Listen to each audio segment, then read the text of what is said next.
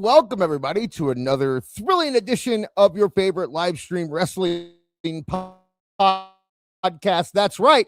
This is Tooney Talk Wrestling, and I am, of course, aka Dis, and I am here to steer the ship, to guide you through the storm, and to bring you safely to the other side. I see we got some people in chat here. We got Erica. I'm seeing Luigi. I'm seeing JR, RWLCK, Brad, you and Cumia, Matt. Thank you guys for hanging out with us tonight. We're going to have a fun show. Not a lot of news tonight.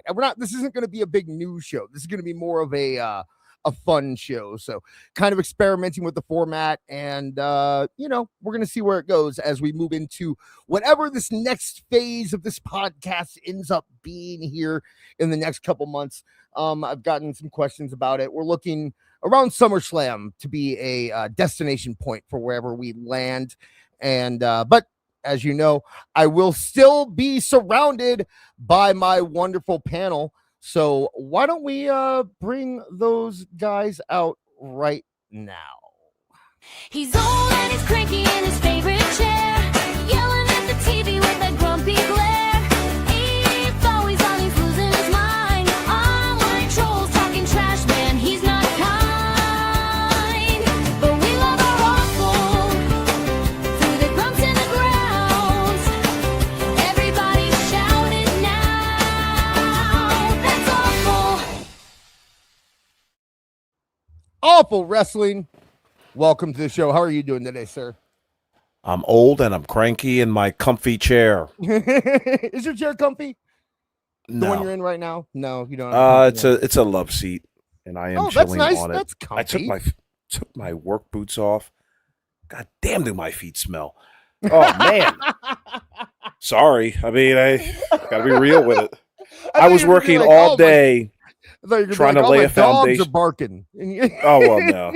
You got to be up front. You know what I mean? But I smell like shit, people. That's what happened. That's the truth. Yeah. Laying a foundation for a pallet shed. This. Oh, nice. Yeah, it's gonna look nice. I can't wait till it's done. Speaking of smelling like shit. Yeah. Circle of sound, tensions ignite. Jake takes on the chaos, the verbal fight. Nice guy dropping pins on wrestling nights. Most famous on Tooney Talk, owning the mic. Light, and he's Jewish. It's all Jake. Damn it. I knew that was coming. I fucking felt it. I was like, God damn it. It was such a good segue. I know. And it's fucking 105 here today. So yeah, no, he's hot. Yeah, right. Seriously. And I do this by my back glass door. I might have to invest in like that thicker fucking pane glass. It was hot back here. Yeah, it's 92 here actually. Oof. So you have humidity, don't you? Yeah, because I'm on a lake, and we had storms all Oof. day yesterday. We had tornado warnings all weekend, just nonstop all weekend. From it's a nice Saturday balmy morning. 74 here. Yeah, Oh, you bastard. Northeast asshole.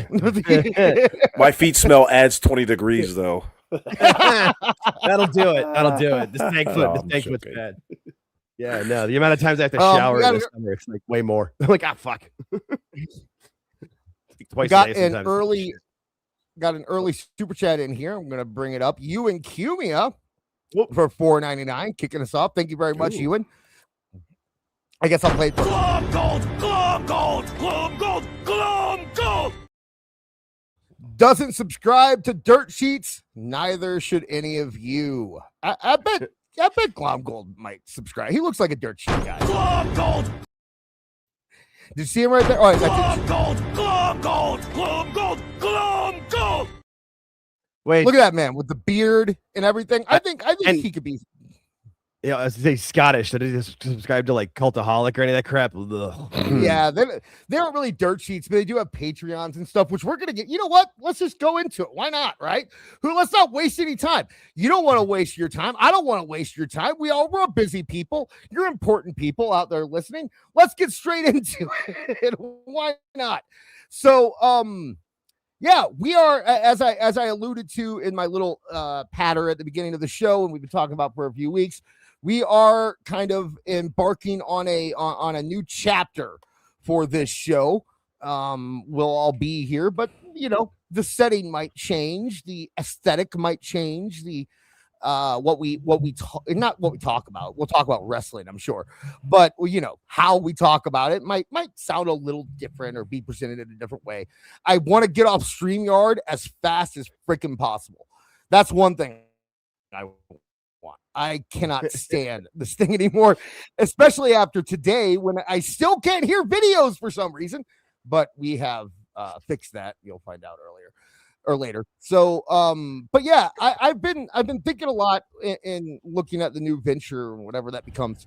I've been thinking a lot about the way wrestling has been. Yes, we are going.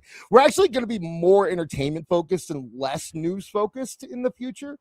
When were we ever news focused, really? I mean, we always had we have to, if something big happens, we have to make sure we have a whole segment about it, and that's not gonna be a thing going for. You know what I mean? Yeah, like Brock came back and we had to talk all about it. We had to sit here. Okay, we have to talk about Brock for 20 minutes. Yep. Let's figure it out. But we're not. We had fun with it, but we don't have to talk about that crap if we don't want to. We are no longer. Admiral Narwhal asked a great valid question, by the way. Erica. I was answering her. Yeah, that's when I said we're going to be more fun and not as news focused. Oh, God. That's the last thing we wanted to. No politics rule. I mean, we've all kind of had a general thing where it's like we don't get too deep into it. We sometimes will lean into it over on This Is Awful, but here we try to keep it Don't talk about it here. Yeah, we don't. We want people to be able to relax. We want people to have a good time. Which is why we are leaning more into the games and stuff like that. Which, by the way, we have 2 fun segments today, later on in the show. So, but as I'm looking through this, I noticed number one, all of these people take themselves very, very, very, very, very seriously, right? And when they try, I'm talking about DirtSheets, but I'm also talking about podcasts a little bit. I know Awful has a lot of strong opinions about the state of wrestling podcasts in the year 2026. Jesus.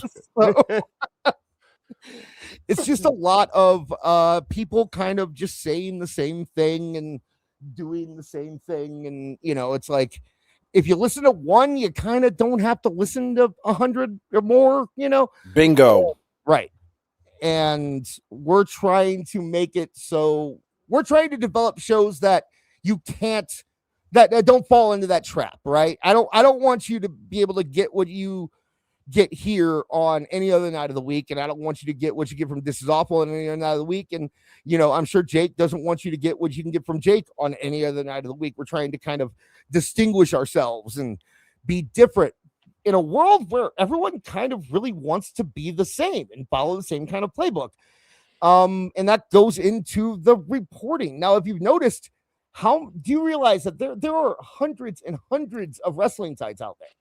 I stumbled upon one, and maybe if you guys go to your Google feed for wrestling, I don't know if you've ever seen, I think it's called like TJR Wrestling or something. Oh, I literally just clicked the button of don't ever show me anything from these people again yesterday, dude. Yesterday. It's all they do. All wrestling that I get on my Google feed is from TJR Wrestling. Oh, woof. And TJR Wrestling, it's like the most first off, they have no original content at all. Right? None. And the way they credit people is very, very wonky and weird, where it's like they'll casually mention it very early and then act like they have the story. But half the time, the stuff they're reporting isn't even like worth of, like they will make an entire, the one I saw was like Triple H buries 3-time world champion on SmackDown again. And it's like, okay, and then he clicked it. And it's like Royce Keys lost. That's what the story was, and it's just like, okay, yeah, technically, I guess that's true because Royce Keys was like a world tag team champion. It's like so much is just clickbait or recycled stories from other sites. That was the story that did me in. That literally was the story. Yeah, the 3-time champion buried by WWE again. I'm like, I didn't even read the fuck. I legitimately thought it was about Rey Mysterio. Yeah, he lost after getting there was I thought interference maybe by two people, Oh, and my Royce God. Keys got a fluke loss, and he's buried. It's you know, building the storyline to it. Yeah, and Yeah, then like he lost I think he lost a 4-way.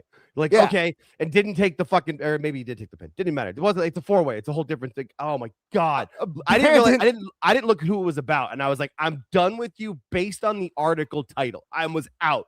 I legitimately thought it was. I thought it said 3-time world champion because I barely glanced at it. And I'm like, It get did. the fuck out of here. It Okay, did. But I think he was talking about the tag champions. yeah, 'cause that he was must the be tag- it. Yeah. Brandon. I thought it was Rey Mysterio because he just lost on Raw, and I was like, nope, I'm out. I'm done. Brandon, nice beard and stuff. That's over on Saturdays. This is awful. We have to. Do we have any nice beard stuff in the lineup coming up with Ronda over on This Is Awful? Cooking. It's cooking. Chat's asking. Okay, Is that okay. Ronda Chat's Cass? asking about it. They demand. They want Ronda. More Ronda. You gotta show up Saturday for that one, my friend. You gotta show up 10 o'clock Eastern time. We'll be there. But man, now I'm thinking about Ronda. I can't keep my mind straight. So- I'm just lost. Oh God.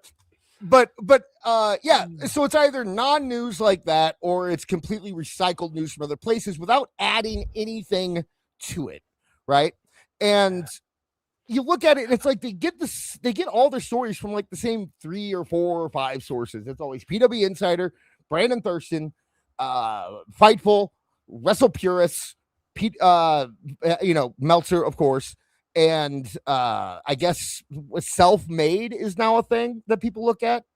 That's I would say that's Elbow's site. Yeah, I would say No DQ. No DQ doesn't really break anything. They are kind of just they do the same thing everyone else does, where they just copy and paste stuff from other sites. Ringside News will break stuff every once in a while, but very rarely.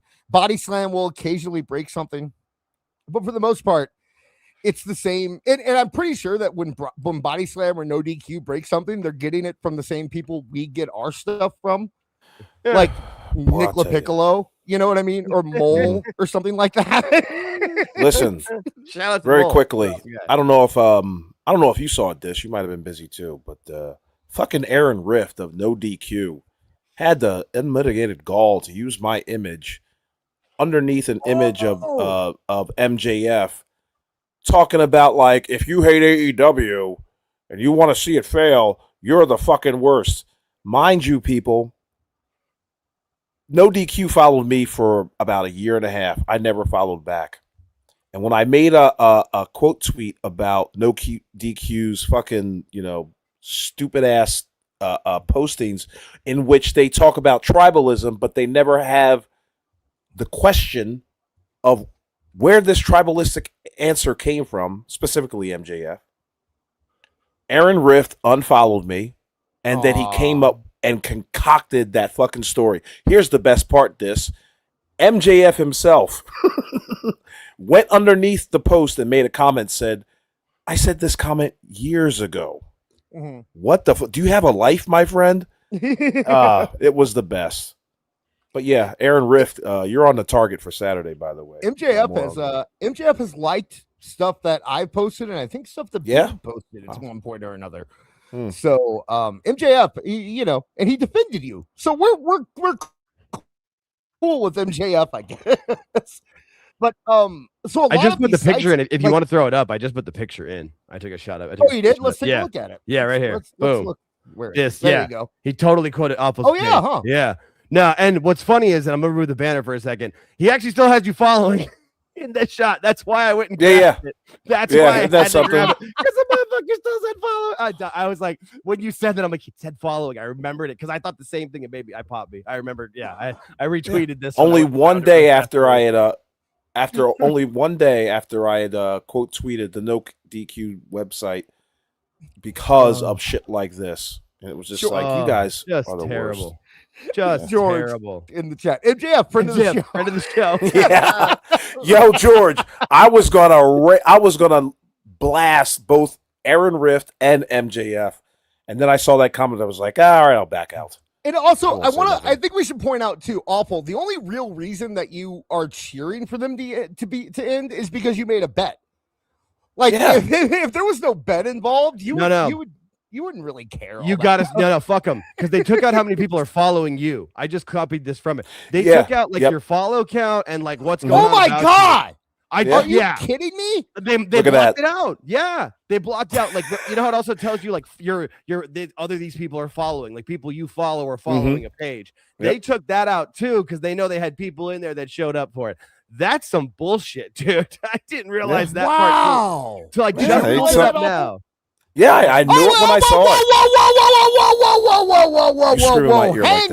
Hang on. $50 from Winged Moonlight. We used to call him No IQ for years now on Joe Crone and Show. Lol, love you guys and good to see you. Wow, I gotta give you something. Let's do you know what? We haven't done this in a while. At the Red House, where black people and white people buy furniture. And Hispanic people too. Gets me every time. And one more, of course this. All I do is win, no matter what. Got money on my mind, everybody hands go up. And they stay there, and they stay there. It says thank you where the comment was, so you couldn't see it, but it did say thank you. That's why you posted it. But thank you so much, Winged Moonlight. We really do appreciate it. You guys, hey, it sounds like you might have been on a show. If you got a plug or something like that, shoot it over. Hey, listen, give you a plug on that.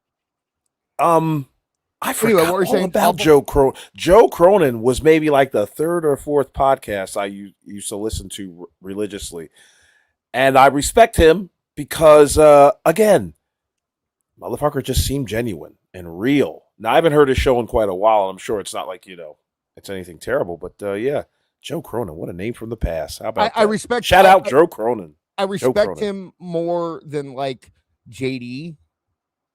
JD, like, it seems like JD is affected more by the way he gets treated by people and less by his actual opinions and stuff, Right. So, yeah. Yeah, I get it. I mean, that's a Northeast thing, right? That's a real big Northeast thing. Like if you're, like New York and throw Jersey in there. My family seems like I get family from Jersey. Yeah, throw it in there. Yeah, like get this graphic off. I am not the fucking worst. Oh yeah, sorry. No, that pissed me off, dude. That straight up made me mad when I realized they took out your follower count and no, that's fucked. Like I had to grab. I grabbed a second screenshot. I'm like, that's some bullshit. That's a. I got something for Aaron for Saturday. You guys, good. Yeah, I got something for him. Payback is a bit Joe. But yeah, back to what you were saying. Did you notice that they didn't include your follower account? Yeah, I knew it immediately. I knew it was sour grapes. Can you hear me? I can hear you. I can hear him. Yeah, now we can. Okay, so you knew that they took away your account. Yeah. Okay. He is such a passive aggressive bitch. Like I couldn't believe what I saw. When I saw it, I was just like, now this guy, he's been DMing me. Please follow back. He's been fucking like, he's followed me forever. And I've noticed that it was just like, oh, the second I give this guy some attention, he gets, and it wasn't great attention, but, it's not like I got a lot of hits off of it either. But he was probably so angry. He was just like, let me fucking pull out a fucking quote from, what was it, 3 years ago? Oh my gosh! Oh, Jesus. What are we gonna do? I'm sorry, awful. Okay. The Interrupt 5,000 is not here, but yeah, we promise. By the way, if anyone gives $50, we will interrupt the show. Yep. We actually did a show with JD way back out of nowhere.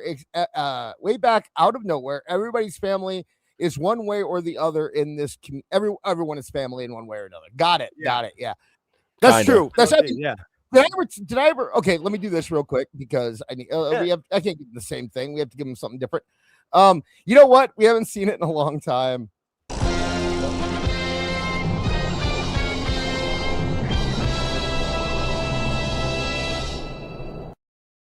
Oh, we missed Kevin. Kevin Apollo.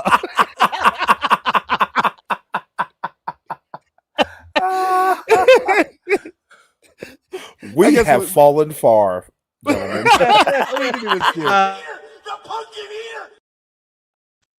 All right. There you go. Kevin Apollo. I did that for a reason. That's a teaser. Anyway, thank you so much, Winged Moonlight. We really do appreciate that. keeping us going. Yeah, your everyone's support keeps us going here. So we appreciate it. Any $50 or more, we will like I said, we'll interrupt the show. But if it's under $50, we will wait till the end of the segment, just so people know that. I don't want. Oh my gosh, wait a second. Yeah. Okay, yeah, that was it. All right. So anyway, you were talking. What were you saying? Awful? No, I was just going to say. Actually, yeah. Let me go with my story real quick. The Wrestling Soup guys. You're talking. He talked about how everyone in this community is family in one way or another. And in my past life, when I had my podcast 10 years ago, I was feuding with Wrestling Soup. And then I disappeared from the internet and I came back under the Akadis handle. And suddenly we kind of talked, and Mish did not realize that I was the same person until we talked. And he's like, "Oh, that's crazy." But no hard feelings or anything. Obviously. And we haven't heard from the motherfuckers since. I was gonna say that. I didn't think I'd been here long enough to make that joke, but I thought the same thing. I have. Yeah, I know. We love you, Mish, but goddamn, where the fuck are you? I've talked to Mish a couple times. He moved and he got he moved. To Mish a few times. Okay. I like Mish a lot, so yeah, he moved. And he's been kind of busy since then, I guess. But yeah, I really do appreciate it, Winged. I guess he's been in the community. We need to talk to him more. We need to hook up with him. So anyway, I have I went through and I looked and found every site that offers a paid tier and how much they charge. Okay, so for wrestling news, okay, and I have also what you get basically, right? So Wrestling Observer, number one, they're the big ones, they're the big guns, right? Everyone knows who they are. Who? Wrestling Observer charges $14.99 a month, or $150 a year. Okay. Right. You get the weekly Observer newsletter, subscriber only content. I don't know what that means. Full those audio fucking radio shows they do, like where Dave, like the one with Dave and Brian is the one. Well, no, because it has that on here too. Oh well, fuck my Jesus! What are they paying for then? I don't know. Yeah, it has. I don't know. Anyway, it says full audio library, the Wrestling Observer archives, audio, and they, by the way, they also will offer audio separately if you just want the audio, for $9.99 a month. You don't want to look at those ugly fuckers. So if you don't want the video and you don't want the or you don't want the newsletter, you can just get the audio through Spotify for $9.99 a month. Okay, that makes sense. I understand how that works. It's just okay. I mean, they are kind of hard to look at, especially Dave. The older he gets, it's just. So these guys are preying on the fact that motherfuckers are on the monthly tier so that they can get $180 out of them the entire year. Yeah, I was gonna say, what's it like $250 off a month if you get the year? Like, what's the right? Yeah, thanks, guys. We also have PW Torch. Yes, they still ask for money.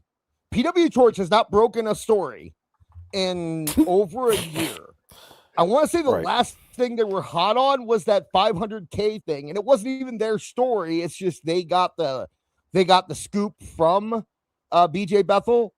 So so they have a paid membership. Wasn't that guy who got yelled at by Bischoff?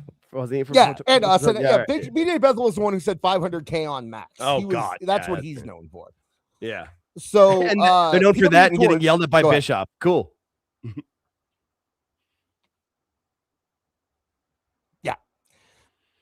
I can't. Did he break out? Did he break up? Did I hear? Did I miss? No. Oh, okay. No. No, I think you're the only one fucking up with your. Really. Like you're the only one that's. It's roboting just a bit, but it's not like even a full sentence. It's part. So then you're just on a delay. Yeah, my connections. Like I said, I told you before the show we had a hailstorm. My connection's been weird. We're problem solvers around here. They'll work around it. We're good. TTW haters. That clip is at 25:45. In case you wanna. These motherfuckers ain't got an internet connection. Oh, God. Give me a ladder and give me a tall enough ladder to get to the top of the house and I'll fix it. Okay, but until then, but BJ Bethel's a part of the Torch crew, or no, what I'm hearing? He's not on the Torch crew, but he's not really with anyone. and he gave the scoop to Torch when it came out. Like that was who. Because his thing was he was supposed to be like an independent journalist because he writes for some newspaper in fucking Ohio, and people were "Oh, he's an independent North." Like he writes some bullshit articles for some. I feel like it's Cincinnati. I could be wrong about that. Maybe it's Cleveland. I don't know. I feel like it's Ohio. Maybe I'm wrong about that. Somewhere in that area, and like that was the big thing when he first broke it. They were like, "Well, no, he's a real journalist." And then if you look at all of his replies, he just lives. He's an incel on the internet. But that was his whole. That was their whole thing about it was, "Oh, well, he's a real journalist. Dude, he's an independent reporter for a news." And it's like some bullshit. So yeah, fuck him. What do you guys think of the Torch anyway? I don't. I think they're useless. They haven't done anything in years. I mean, okay. So let's tell you what they charge. Okay. They charge $120 a year, or $9.99 a month, or $32.99 every 3 months, which actually raises the price over the monthly charge. If you do the math, it actually costs more to do it for 3 months than it does to do it for 1 month. And they also do the podcast only thing for $9.99, and all they offer, right, is the podcasts. They have archives of their written newsletter. You can get the site without ads, or you can get a printed newsletter in your mail from Peter. So basically they'll take everything they reported on the website and print it out and send it to you. Oh, for fuck's sake. What, by fax? Pigeon? I don't know. It says mail. So they actually do they will mail it to you. So that's what they offer. And then we have Fightful. They're a little better. They range from about $5.99 to $7.99. They'll go up, but like when they go up, it's more about like if you really want to support us, it's not really that they offer more. It's just they give people the option, which whatever, that's fine. Right. So it was Dayton, Ohio, boys. It was Dayton, Ohio. Oh, okay, Dayton. Oh, that's even the worst Ohio. Real job. Yeah. No, and also I just went to Google Gemini just to what is his current job. He's a courts and crimes reporter for the Tip Gazette newspaper, whatever that is, TIPP. He's also an investigative reporter for Queer Kentucky. Just saying. Okay. I don't know. Wait a second. He works with SE Scoops with those guys, and he hosts a podcast. I don't know. That's it. So and this is BJ Bethel, correct? Yes. With why the hell, if he's an investigative reporter and also dealing with, you're dealing with court, you're dealing with crime, why the hell does he not have like a body cam YouTube? Seriously, he could be raking up wrestling. Get your ass on. But see, I got a surprise for Aaron Rift on Saturday too. Like he was involved in something wildly popular. Then he went to wrestling and boy, went to shit. But well, BJ Bethel is a failed political columnist. Like that's what he used to do. That tracks. Yeah. Also, the Tip Gazette is a local newspaper for Tip City, Ohio. So they're all free papers. Right. You know what I mean? Yeah, and that's why he just is like, I'm going to run with the 500,000 on max number and help my buddy Dave, and because he's probably a pen pal with Dave, and that's what the sickos believe. Oh no, if they got 500,000, they got $1 million because of the max numbers. So yeah. I hate BJ Bethel. BJ Bethel's the worst. He's I've never got to absolutely talk the worst. shit about him. Yeah, he just makes stuff up. But yeah, he was, because every time you get in an argument with him, he goes, I report on Donald Trump. Do you really think that I need to be arguing with you on the internet? And it's like, well, yeah, you are, because you are. Yeah, exactly. So I don't know. Oh, but anyway, let's move on to Fightful. Oh god. They do their stuff a little different. Like they have Patreon and stuff like that. Their tiers are basically, if you want, like I said, $5.99 to $7.99. You can go higher, but it's just kind of doesn't really offer more when you get higher. And what they get is they get exclusive news and scoops. They get early access to podcasts. They get a members community, which actually Figure 4 offers too. Unless they didn't have that listed, but I know unless I guess it's possible that they made that free. But for years you could only post on the forum if you were paid. So, and then behind the scenes content. I don't know what that means. What? I don't. What? I don't. Where I don't get it. What can you Yeah. what could you imagine that Sean Ross Sapp would offer behind the scenes content? Oh, at the indie shows where he super kicks Brian Alvarez. They bet the paid subscribers Yeah. knew that was coming. Ooh. Okay, Locker room maybe. video. I don't know. That was the best I got. They got nothing. Yeah, oh god. Erica, He's got that nudes. body cam footage. It's Erica, all- it's always nudes. It's Yeah. nudes or foot pics. That's all they do. I may or may not have seen Sean Ross Sapp's dong against my will. at one no. point. Do we- Depending on wait, who we you have- ask. Do we have to unpack that? That's all right. I thought we might have to do a group therapy session and like wrap this Yeah, out, what's- man. I was No, I thought I maybe you got, at one point in time, I randomly got sent a picture on Twitter, and I opened up my DMs, and there's a dong, and they said, "This is Sean Ross Sapp, so I can prove it." I'm like, delete. I don't want. I don't want to know what you're talking about. How did that get through the mix? Like where I don't know. It was in my it blocked DMs. I don't know. it blocked double A from my DMs, and I had to go to like what is it like the others the other section on Twitter messages, and it blocked double A from me. Double A get tats in, and you got Song Sapp's dong in the message requests. Because apparently the rumor was that he was in a how do I put this? A well-known wrestling influencers only fan page. She had sex with somebody, and the rumor was that it was Sean Ross Sapp.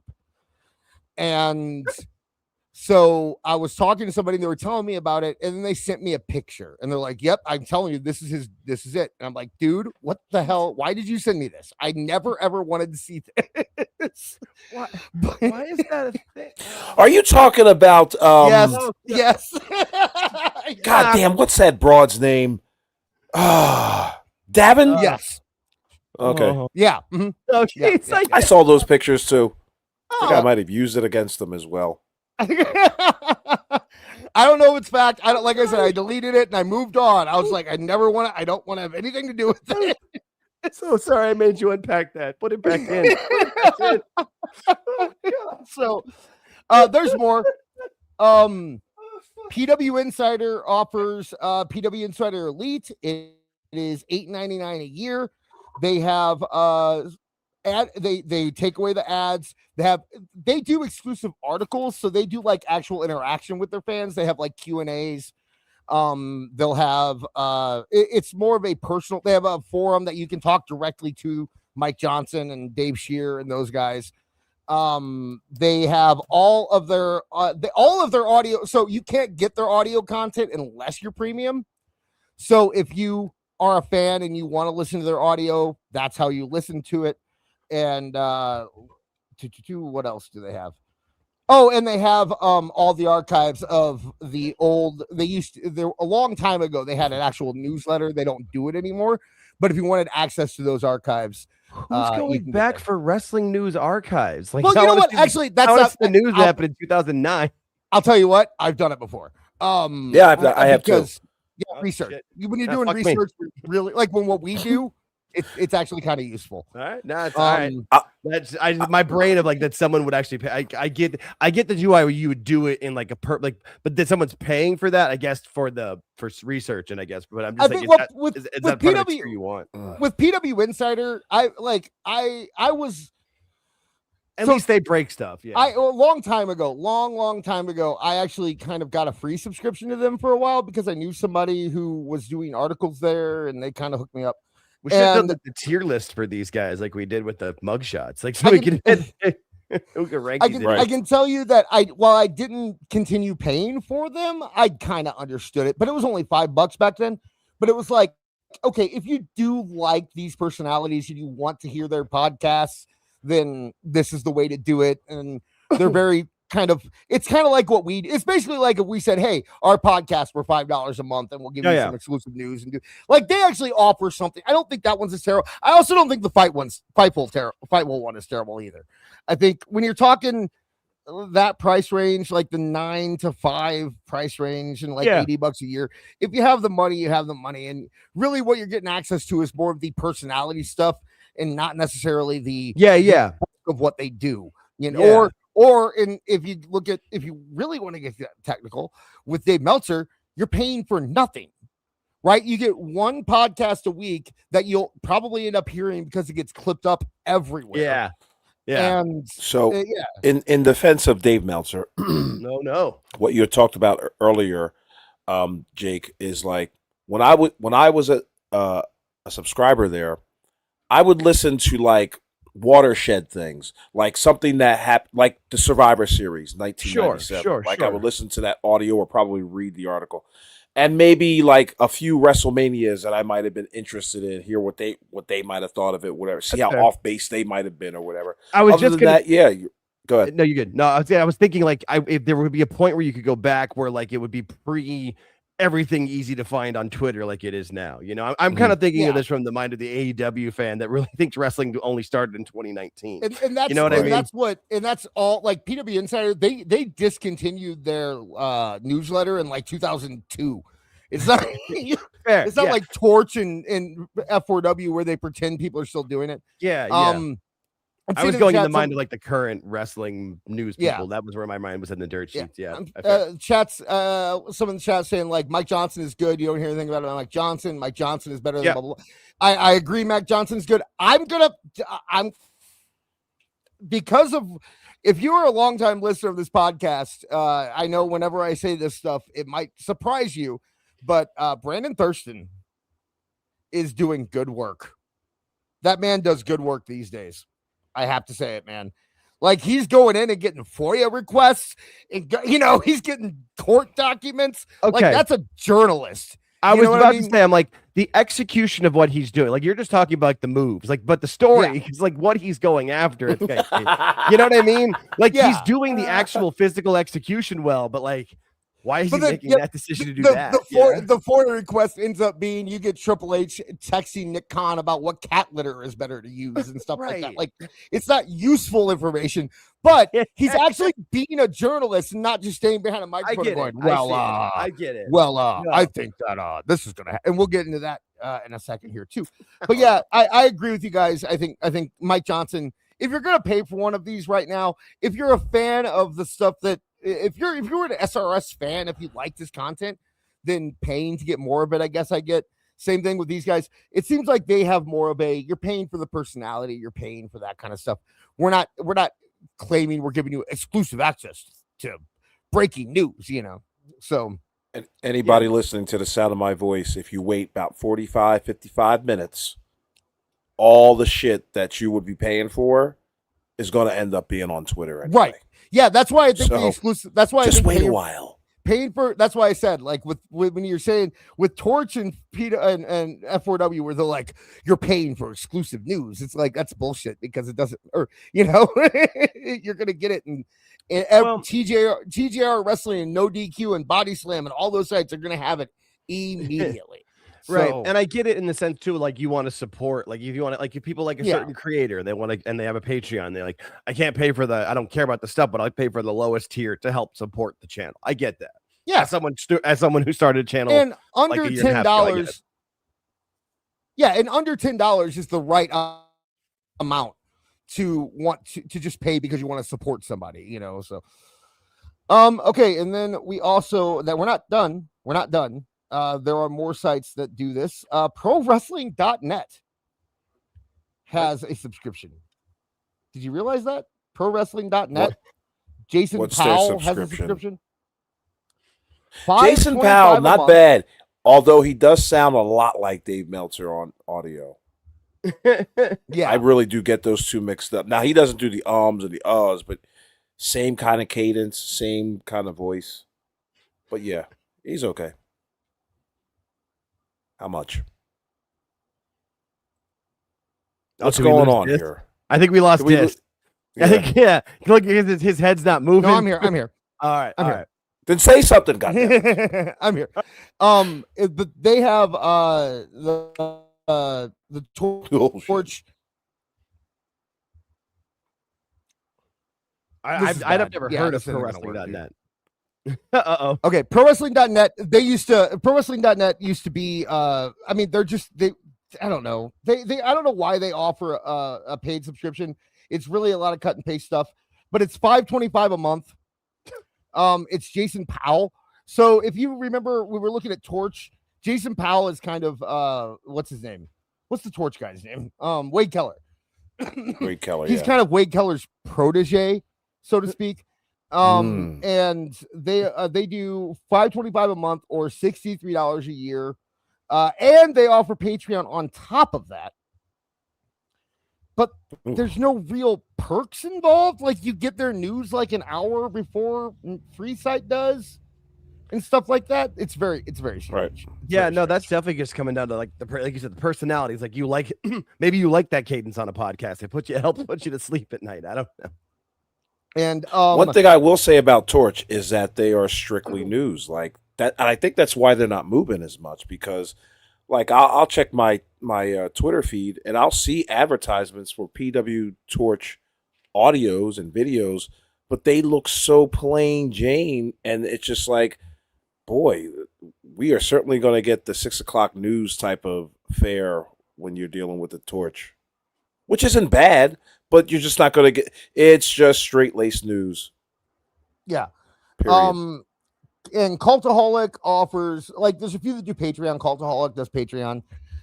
Self-Made has a Patreon that's where kind of all their news goes, I guess, is through their Patreon. And all of those are about $5 a month, $6 a month. Self-Made one, though, I will say, if you subscribe to Self-Made, you do get to know the sex lives of AEW females. So that's a big plus on their Discord. You can go over there and find out who Britt Baker is sleeping with. And copious amounts of the N-word. Yes, they do. They use the N-word a lot. Good call. Awful. Very racist. At least with Cultaholic, did not trying to defend them, but they still make their videos, like their top 10 lists and all the stuff that people used to watch on YouTube. Mm-hmm. They put that, at least so they're giving you content out of that. You know, a lot of that's not on YouTube anymore. They're cycling they age their audience out, and then a new audience comes in, and they think that they can just still put the same, top 10 WrestleManias or like, nah, dude, you did that 3 years ago. So, a man by the name of Kyle Decker, who I respect, goes through and he looks at rumors from 6 months ago and talks about how correct they are. So I thought maybe we could go through those, look at them a little bit, and see how well these people do on their big breaking stories and their news, and So let's look at the first one here. According to Wrestling Observer Radio, the planned main events for WrestleMania 42 are Cody Rhodes versus Roman Reigns for the WWE Championship and CM Punk versus Braun Breaker for the World Heavyweight Championship. I remember that shit. Yep. That is. So Dave Meltzer at this point is 0 for 2. I like that. Just those did not happen. Yeah, those did not happen. Yeah. Great. I like this. Now, a lot of this ends up being, and this is what I don't like about it, is that and a lot of these sites do this too. You realize that a lot of their news is either stuff that we know because WWE or AEW themselves reported it, and there's really no reason that we need to go there, or it's stuff that cannot be verified. So you get a lot of these where it's, you can see my cursor, so I'll point. There's no rating, and it's because this one says that WrestleVotes claimed there was some creative contention over the entrance order for War Games, with multiple scenarios discussed in varying options. There's no way to verify that. There's no way to ever verify it. You could just say whatever. I can be like, on Raw this past week, Roman Reigns was there. He just didn't come out. He didn't want to. He got mad at Triple H, and you're naming names. They don't even do that. That's just they did creative contention over the entrance order for the men's War Games. There's 2 War Games teams. You're not going with either order or whatever, and just creative contention. Like, if you're not naming specifics, you're not naming names. You're not trying. Like, you're just totally you're making up fake news.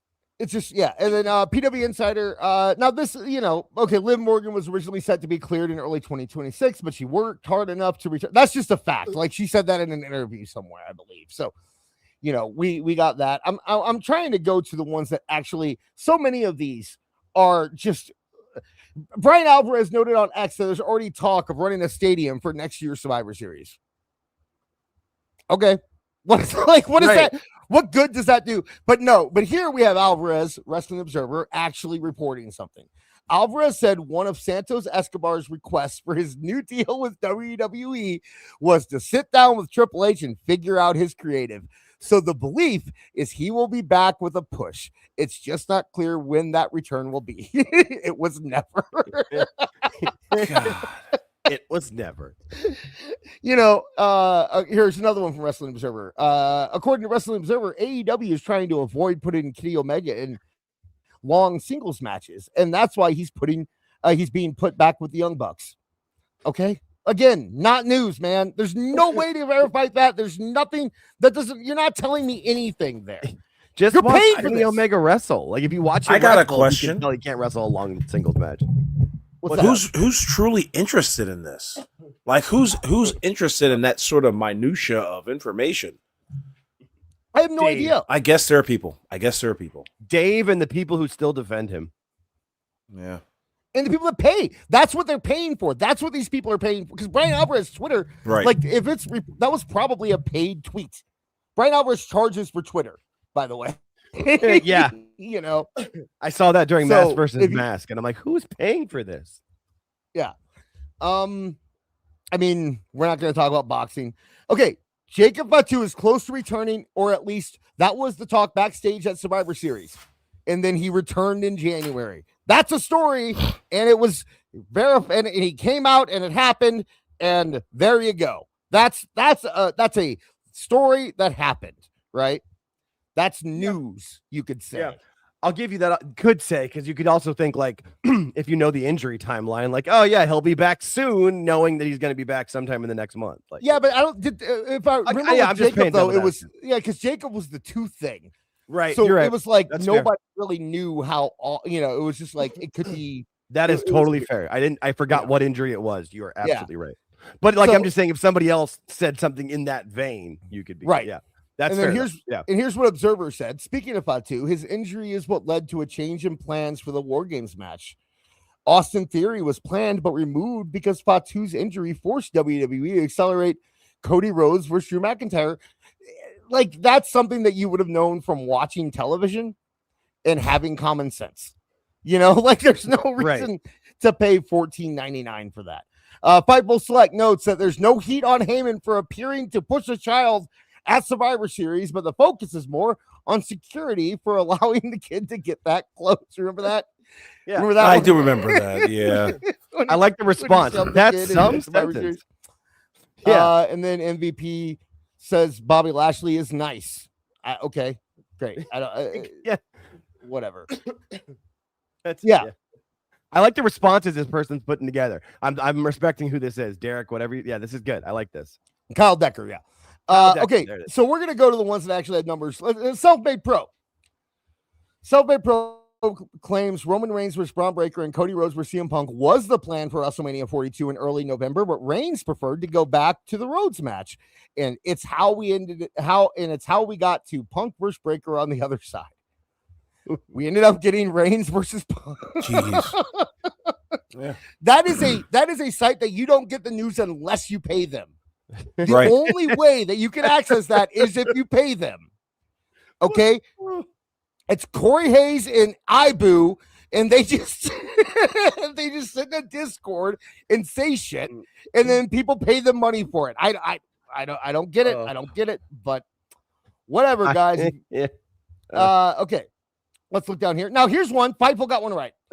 Fightful Select indicates AJ Lee was never expected to be full-time upon her return, and she will be coming and going as far as television appearances. That's the case. She took some time off. Now, this one's interesting, though, because I believe that when she took time off recently, everyone started being like, well, I guess she's leaving. Like, that was the narrative, and no one stepped up to really correct that.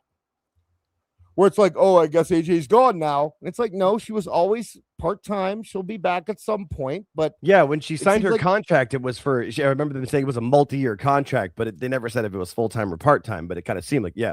But she said it was a multi-part contract when she signed it on that episode. Like, Yeah. they had a backstage thing and they put it on social media. Who So, would have I don't ever know why thought that's that a after the story. age of John Cena, somebody like AJ Lee would be coming back full time? Like that's just Right, a that's common true. sense that's just common sense logic. Like, no one here thought that AJ was going to be like, Right. I'm going to be putting in 280 days. Like, come on now. No, and nobody who enjoys WWE or is a casual wrestling fan expected it either. The only people who use it as a gotcha are people who desperately want to find something wrong with something. You know what I mean? They hate AJ Lee, or they hate WWE, or they hate CM Punk, or they hate. So they got to be like, oh, I thought AJ was going to be back forever. I guess she can't cut it. And it's like, no, that's not what happened. But She's also a woman in her 40s. Like, yeah, exactly. And I do get frustrated by the fact that like Fightful clearly reported it, and then while she's getting backlash after WrestleMania, they don't go like, nope, guys, that was always the plan. Remember, But anyway, PW Insider shut down rumors that they were going to announce, or that were going around, that the WWE and TNA partnership will be ending after the TNA deal. I remember that one. That's a story. That's a story, right? Mhm. That's a story. That's saying, no, it will not end. And then it didn't end. And they're still together. And Ariana Grace and all of them are still over, Yeah. So All right. that's a story. Ariana Grace is their Congratulations women's on that champion. one. Yeah. Remember how they tried to also it's almost like they kind of backpedaled on it. They were saying some shit like, well, actually, TNA and WWE is going to be hooked up for like, I think, another 3 or 4 months. And then they're going to let the little birdie go, and TNA is going to either sink or swim. It's just like, no, that's not the case. Yeah. None of that happened. happened. Yeah, and they're not, and it's not like they're helping them with like the main roster. It's like it's NXT. Like it's the kids. Right. Now we're gonna go with betting lines now. So the betting line for CM Punk world title defense against Braun Breaker was that he'd win, and he won. Congratulations.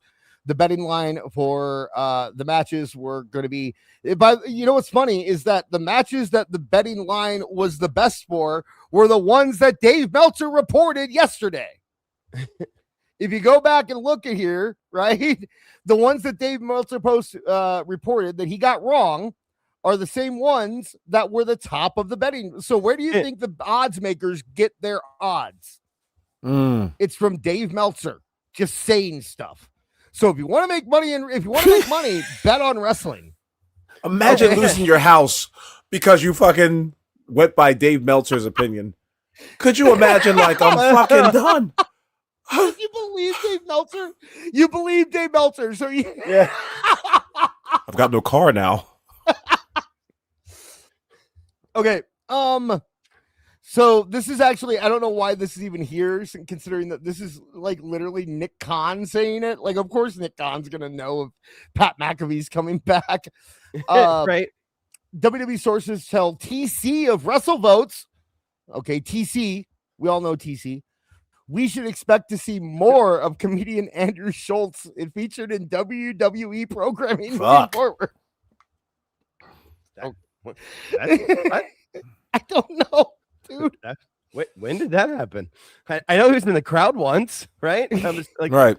Like any famous person who gets to be in the front row, like, duh. When have we seen him again? And he got in the ring. Remember, he took a bump from Cody or something like that. You're right. Like Cody defended him or something. TNA had plans to sign Lena Cross, and then AEW assigned them, and that happened. And yes, she's losing 5-minute eliminators in AEW. Good job, Sean Ross Sapp. WrestleVotes. Now WrestleVotes is usually pretty good, and in terms of, actually no, I'm thinking of Thurston. WrestleVotes sucks. They said that Braun Breaker was gonna win the 2026 Royal Rumble, and he ended up getting eliminated in 5 seconds. I was gonna say, yeah. That's nice. Whiteboard favorite. Now listen to this. Stop bringing race into this. Listen to Body Slam here. You want to talk about an easy bet? Speaking of WWE's whiteboard, 2 of the topics that will be covered in season 2 of Netflix's WWE Unreal docuseries, according to bodyslam.net, are R-Truth's contract drama earlier in the year and Seth Rollins faking an injury before cashing Money in the Bank. Wow. So they got a copy. They got an access to the commercial because that was in the commercial. They saw the trailer early. That's why they got the right. Or they go, what are the two biggest things that happened backstage in WWE this year? Seth Rollins making his injury and R-Truth's contract. I imagine they would do something with that in Unreal. Right, and that's why it was in the trailer. Yeah, that's funny. That's good stuff. So, I don't know.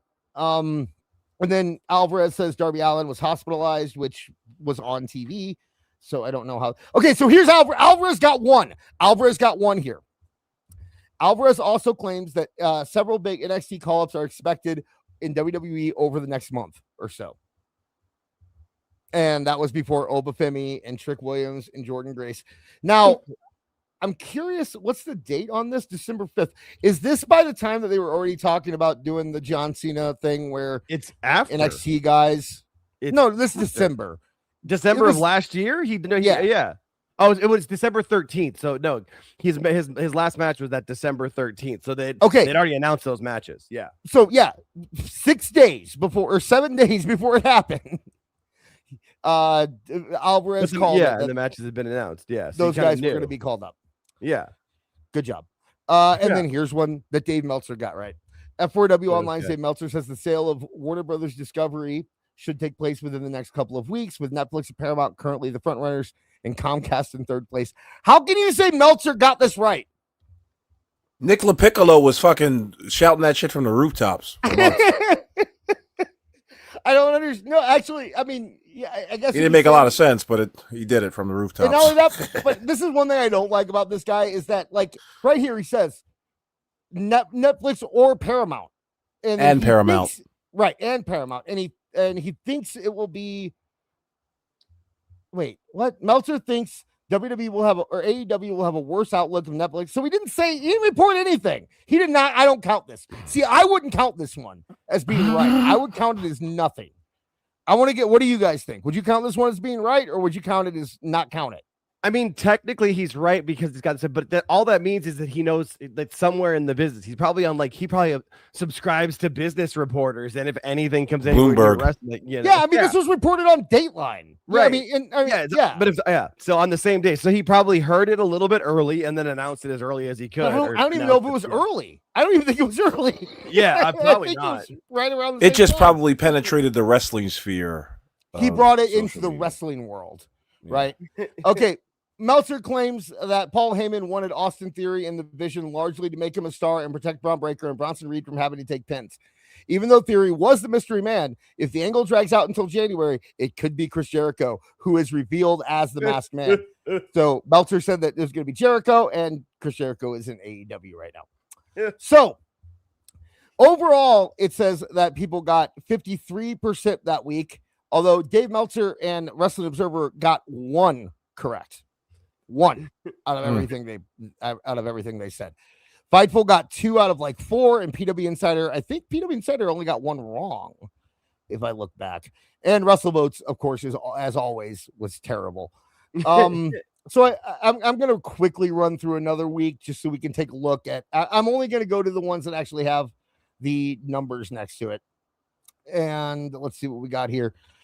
This one here, it was people just predicting stuff on social media. I don't know why you count that. That's like me.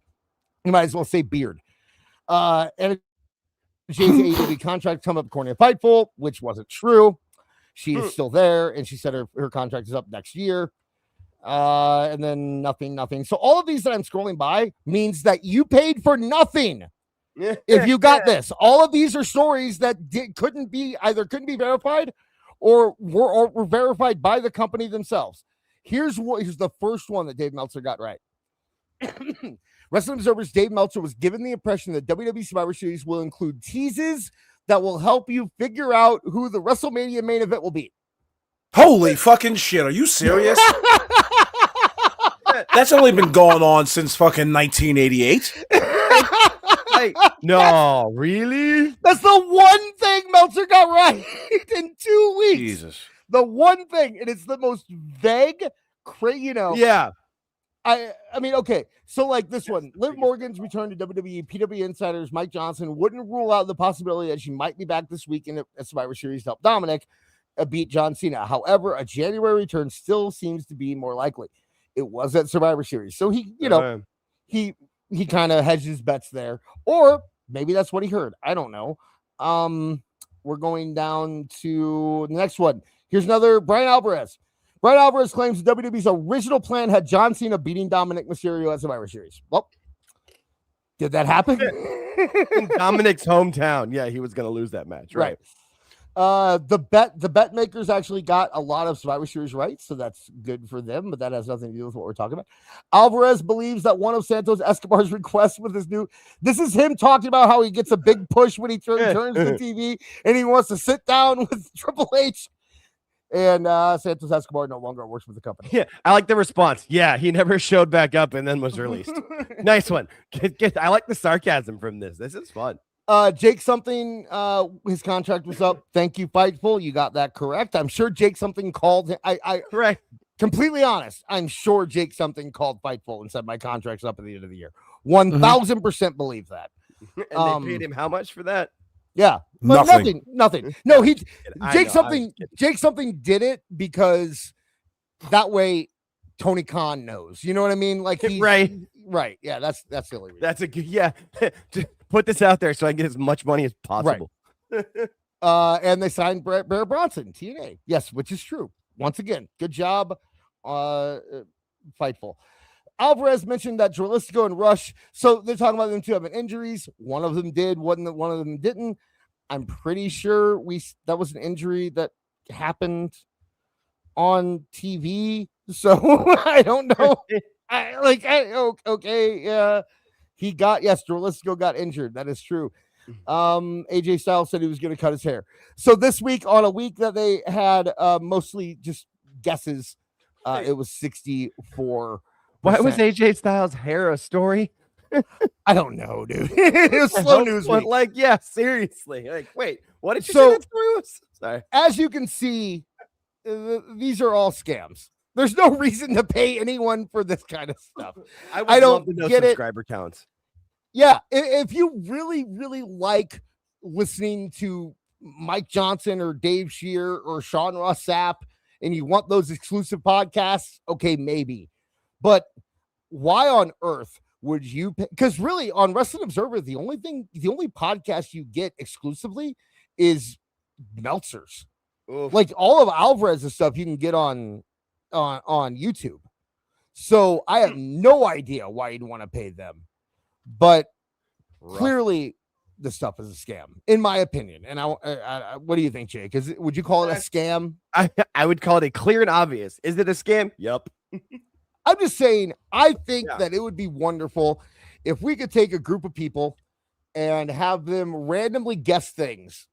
And we keep track of how correct they are compared to guys like Dave Meltzer and Sean Ross Sapp and Mike Johnson, because I would be willing to guess that Random Chance would do just as well as anyone who's charging $14.99 a month. That's my thought. And with Random Chance, probably, but just with watching the shows and having some educated knowledge and not even paying any attention to the IWC, so just watching the shows, you can usually get most of it if you pay attention. At least probably 75%. Yeah, absolutely. You know what?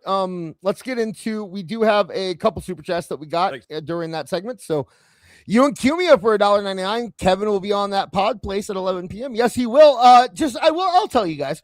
We're gonna try to. I've been talking to Marv and those guys. We're gonna try to kind of bring them in maybe for a game or something in the next couple of weeks. And I know Kev hit us up on Twitter publicly and said that we need to do something together. So we're probably going to be seeing a little bit of those guys coming up soon, but thank you very much, you and Cumia. And if you want the link to, well, actually, I don't have the link to that. I have the link to Kev's channel, House of Apollo, below in the description. If you want to follow him, we love Kev here on the channel. So thank you very much, Ewan. Luigi Tron for $5. Last time I paid subscription for wrestling podcast was WrestleView Radio. Do the a-cock-a-doodle-doo, damn it. Thank you, Luigi Tron. That is a call back. So as I said, that was kind of we're talking about the dirt sheets. It might have something to do with what we're doing in the future. So stay tuned. We might have some more on that as we get closer to whatever we end up doing. And just remember, these people have the nerve to call people on Twitter grifters. Like, I'm sure these people have called awful a grifter. Like, and they're charging people for this stuff. Good Lord. Absolutely. So we're gonna move on to our next segment. So I when I go through the videos on YouTube and whatnot, trying to find stuff for all of my different games that I do, I end up having a lot of material that I can't really use anywhere else. And I think this kind of falls in that category. Did you know that there are quite a few like Christian themed wrestling companies? I'm not talking about like a wrestling company does a show at a church. I mean, like they are a Christian. Their entire company is based on Christianity. I definitely didn't until you had mentioned this, and I thought about it, and it's like, well, I mean, there are Christian TV channels. There's like Christian music, like the people that are like, they play like, like normal pop music, but with Christian day, or like Christian movies. So I'm not surprised by it. I just didn't think of it. And yeah, a little behind the scenes, I knew this was coming at least to a bit. And I was like, wait, you said what about Chris? I read this. I've been excited for this since you said. I mean, let's go. Did you know that? Did you know that in 2005, Vince Russo booked one? Well, when was that point that he had his turn? I thought it was after TNA that he got all godly. It was in his break from TNA. Oh, okay. All right. See, now that I okay. Because I knew, like, I mean, he wasn't in WWF or WCW, so yeah. During his break from TNA, Vince Russo became a born again Christian, and then started a Christian-based wrestling company. Okay. Do you want to hear some of the talent? Another guy started. He was the head booker. Okay. Okay. So they started it, and they were like, "We're gonna." Okay. I mean, that's if you're gonna start a wrestling company, and you knew that he was turning, not that it was gonna be good, but at least you got yourself in there, get a fake splash. Right. So let's we're gonna start this up right off the bat. And make no mistake about problems with this. I am the Lord of this world. A person can only. Is that James Mitchell? Was that James? That Mitchell? was James Mitchell. Okay. James Mitchell is the lead of House of Glory, the heel, the bad guy in House of Glory Wrestling. Seems kind of cool, except this is taking place in a super church, a mega church. They actually are filming in a church.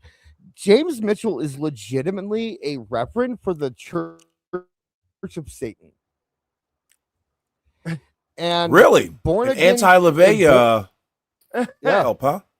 And born again Christian Vince Russo booked him to be the number one heel in his wrestling company. So, I mean, Vince Russo was, he was getting, like, I get it. Okay, if this was a Hollywood movie about Christianity, I would understand. It's good casting, right? But when you're claiming that you are an actual, like, you're trying to preach the word of the Lord, it is kind of weird that you're bringing a member of the Church of Satan into your thing. So here is, you can also see that they have Scott D'Amore here, the heathen, and Scott Hudson. I thought I'd give you a little bit. No, I recognize the face. I could not remember the name. I recognize the face. Couldn't remember the name. I thought I'd give you a little taste of their commentary here. Only take so much, and then they have to take the road less traveled. I'm starting to see a pattern, Hudson. I'm starting to see that maybe Reverend Jim Mitchell is right. The world seems to disco. Yeah. Like that. Disco and Mike Sarno. Starting right here tonight, Mr. Fight. This is the soul. They need to get Christian Cage, or what was there? It was Blake Christian. Make them your megastars, dude. Churches get money, right? Think it's tax free. So they have. So Scott Hudson is, I guess, the God fearing man. Scott D'Amore, he was a Christian, but man, he's getting won over by the dark side. Those Canadians, you can't trust them. Yeah. Scott And D'Amore. don't forget about the the typical Christian Tracy cat Brooks, fight and she knew that going you in. get Oh, in professional. Oh no. Okay, so Jeff Jarrett. Of course, Jeff Jarrett's in the show. Of course, Jeff Jarrett is in the show. And Jeff Jarrett had his match, and he said that he was just here to make a buck, and he's gonna go off and get his money and do all that, right? And then as he was leaving, let's see what happened. So he goes into a closet. Look at me. I am much more than a carpenter. So You want to say what happened? Wait a minute. Wait a minute. What? No. Look, dude. He's much more than a carpenter. Yeah, well, so is somebody else, dude. So is somebody else. He's like, I'm a jobber. He found Jesus in the closet. So Joshua comes to the ring and he cuts a Christian promo. And then James Mitchell interferes and he says that he's going to fight the epitome of evil. So let's take a look at this part here. Where's Joseph in his Technicolor dream coat? Oh, fuck. Maybe. Wait, why has he got the mask? Oh, no. Put it back, Jake, you control it. Pause it when this is over. Oh, here it goes. All right. Was that Horace Hogan, by the way? That is Reese. That is Reese. Remember John Reese? WW. Yes, I knew it. Yeti. The Yeti. The Yeti. I knew it was somebody from WCW. I could tell. He is the personification of evil. He is evil incarnate walking. The and devil. He is doing dusty elbows on Jesus in the middle of the doing dusty elbows, you son of a bitch. You guys are killing me tonight. How great would it have been if he would use like every move was a Chris Benoit move? Oh. I mean, it'd be better than using babyface moves. It'd be better than doing the moves of the biggest babyface. Like, what's next? He's gonna start hitting Hogan poses and dropping the leg, brother. Oh God. So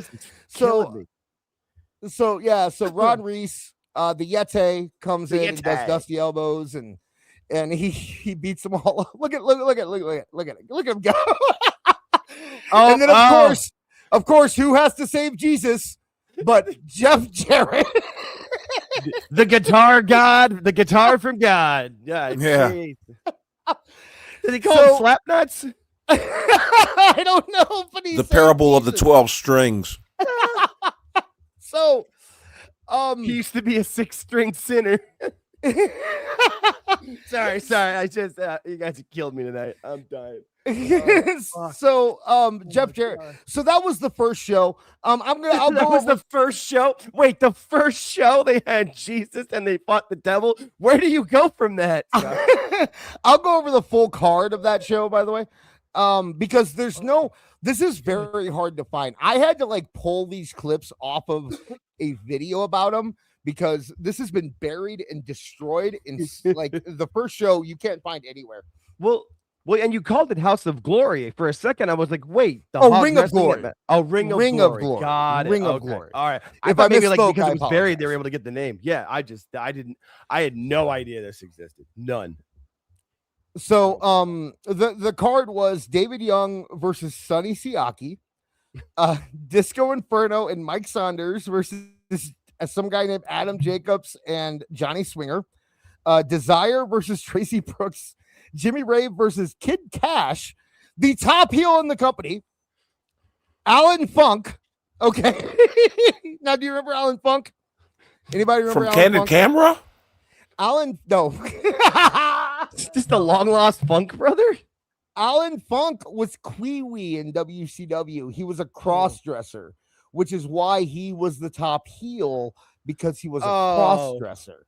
Oh, see, that's Vince Russo made him the top heel because he's a cross dresser. He fought Cowboy Chris Harris, which, by the way, Chris Harris was the only Wildcat Chris Harris. I'm sorry. And Chris Harris had a theme song with like Goldilocks came out and performed his theme song that night. And we also had Jeff Jarrett versus Elix Skipper for the NWA World Heavyweight Championship.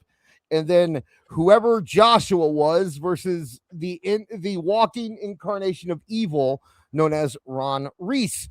Now, that was the first show. Okay. Let me go into the second show because this show is actually available. You can buy it. And I have a little bit from it, but I didn't pull too much because I think the card speaks for itself. Let's look at what we have here. Bo Buchanan wrestled Rodney Mack with Jazz. And Jazz turned on her husband. That's when we found out that James Mitchell was no longer in the company. All right. He had been replaced by Percy Pringle, aka Paul Bearer. Paul Bearer, yeah. So Paul Bearer was now the devil. And he persuaded Jazz to turn on Rodney Mack. We then had Eric Watts and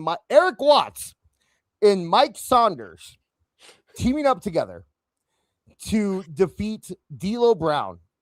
Now, Disco Inferno was D'Lo Brown's tag team partner because he had turned face since this show, apparently.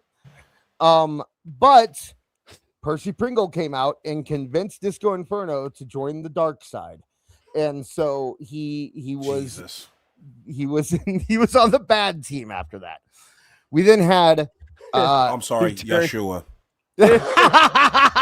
no, Yahweh. He comes back, by the way. But oh God. Oh, I didn't tell you about that part too. Okay, so at the end of that first show, there isn't a lot. So he got carried out on a stretcher, right? And he was bleeding, Joshua, right? And then he sat up from the stretcher and came back to the ring because he was reincarnated. They went for it reborn. again. Yes. And then he came out and gave a testimonial. And this is actually interesting.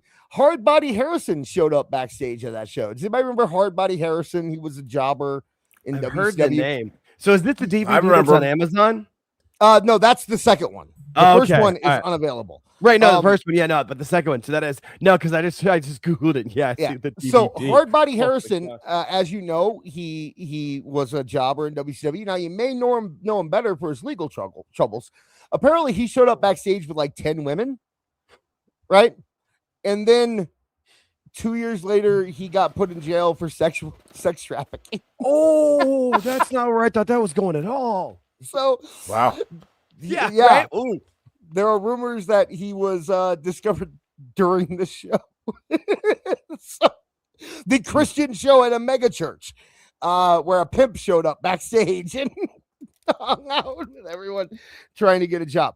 Anyway, on the second show, we also had David versus Goliath. Of course, Spike Dudley versus Mark Jindrak.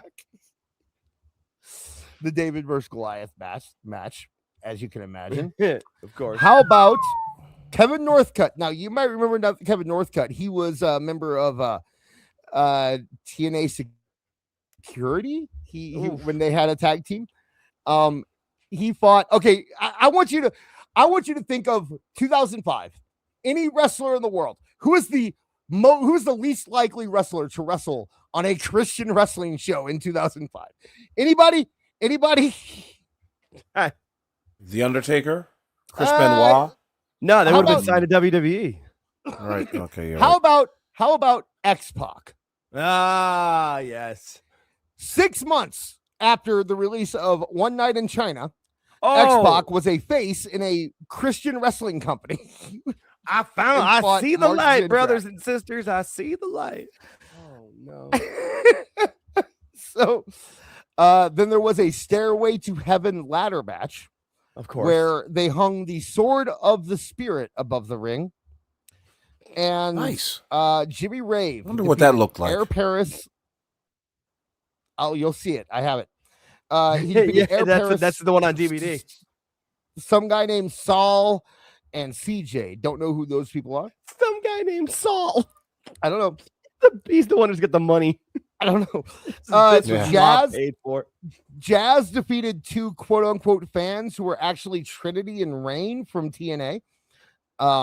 Wait, Trinity fought too?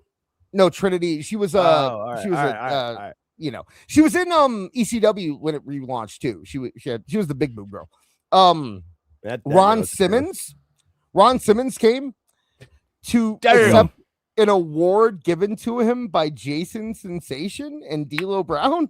Jason Sensation is the guy who did the phony Owen Hart. Yes. He's that guy. And then newly turned Disco Inferno came out and tried to get Ron Killings to go to the dark side. Or not Ron Killings, sorry, Ron Simmons. Ron Simmons. All right, so he was newly turned to the dark. Okay, well, he does work at a strip club, so that track. Yeah, oh my God, Sean Waltman's a Jew? Well, spin my dreidel. Is what he the really? hell? I don't know. My dreidel now. And then I'm not gonna show all of this, but let's take a look. We'll skim through this next part of here a little bit because I do have a little bit of something from the show. So this is the beginning of the show, or the end of the show. I'm sorry, and you can see Mr. It's the revelation. Paul Bearer.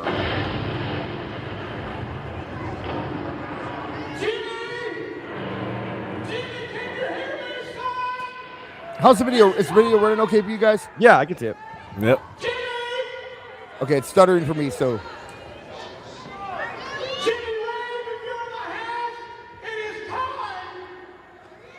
There you are.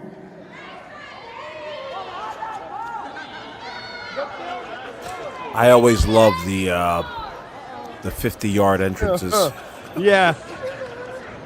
A little league basketball game could be played where he's walking down. Oh, it's not flaming? Yeah, of course it's no. I know you made the right decision. You know what's right. This is right. So step in amongst the righteous. So he's trying to, I guess, Jimmy Rave has some power with the sword. right. He's trying to lure him. Is that Cyrus in the back? Is that Don Callis in the back? I think it is. No, I don't know. I can't see. No, that's not him. Oh, that's who that is. That's the guy from. Okay, he's from TNA.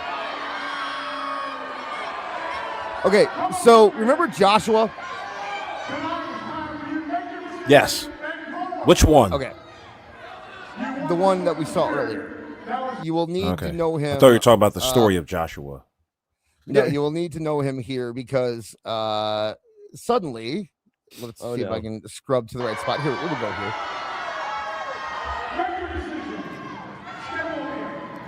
Forcing him to make the decision. And shortly, a lowly janitor will approach the ring. Oh, God. I'm trying to see a smiting here. I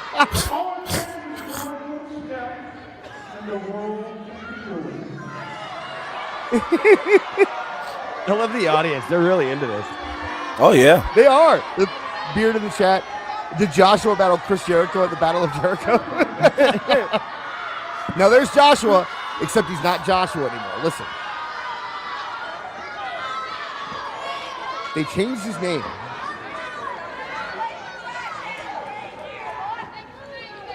Check out this promo.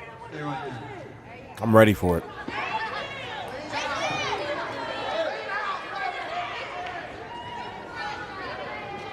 Come any farther. It's been a long time since you were kicked out of paradise. Oh boy. I like how he was just mopping the floor when he walked up. Like, yeah. Kicked you out. Your father is the devil. You plan to do the devil's Only works. him, Percy. You're a snake on the ground, and I've got to say, you're a whole lot trimmer back then. no, he wasn't. Call him fat. He called him fat. Oh. We've always seen it. We've always been fat. Fat and world For class. 3 years, you might have watched me. You may have watched me with a hammer and with a broom, thinking I wasn't going to turn out very well. For Let me tell 33 you something, years, Percy. where I may did have you come watch? by way of a hammer for 33 years, but tonight, I come with fire in my eyes and by the way of the sword.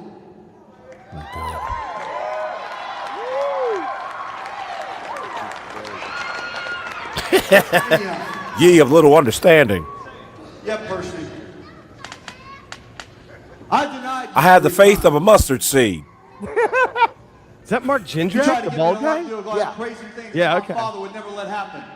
But I can promise you this. What year is this? 2005. Okay, okay. Just try. Okay. The year I of thought our it was Lord. later. There's Okay. not going to be a fourth time. Not tonight. Not tonight, Percy, because I'm sick and tired of seeing you deceive my people. You know, it all started back in the garden, Percy. It started with an unsuspecting. Oh, he's going to run down the Bible. I love it. He is. He didn't mean Madison Square Garden. He meant the garden to be. We're good. That's great. Then the Nephilim, guys like Omos and Andre the Giant came along. Better, let me tell you. The sad thing about you, Percy, is that you're still up to the same old tricks. You don't have any new ones. I like how I watch you all the time. Take your little piece of fruit. And you love to dangle it in front of everybody. Of the crowd. I don't know what this guy is. I don't know where he came from. I've never seen him before. I don't know if he's a wrestler or what. Hey, quiet. He's preaching. Spitting hot fire. Hey, it's okay. Look at He's a me. better promo than half of the AEW roster, too. It's okay to divorce your wife. Half? Don't worry. It's all about your happiness anyway. It's okay to cheat in life.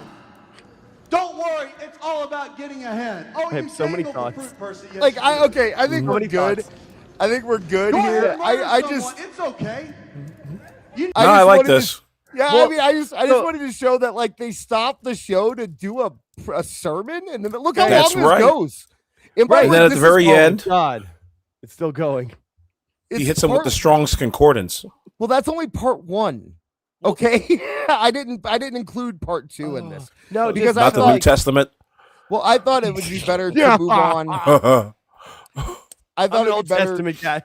to move on. Yeah, you are an Old hang on. Testament I guy. know. I had to make the joke. No, but hang on. Was this so? Question: is this guy like the pastor of this local church, and that's where they're doing it at, or is he actually like God sent Jesus back down and he became a wrestler? And this guy, because we've never seen him before, we've never seen him since. Was it actually? So you think he's actually Jesus? No, I think he's the fucking. I think he's the con man of the, or maybe like that's his cult, and like his cult lead, like because these people were like they were loud before, but once he started preaching, they were behind it. I just want to know who this guy is. He's He's not listed in anything that I have for it. and that's so- why I think he might actually be the Lord. I'm not sure.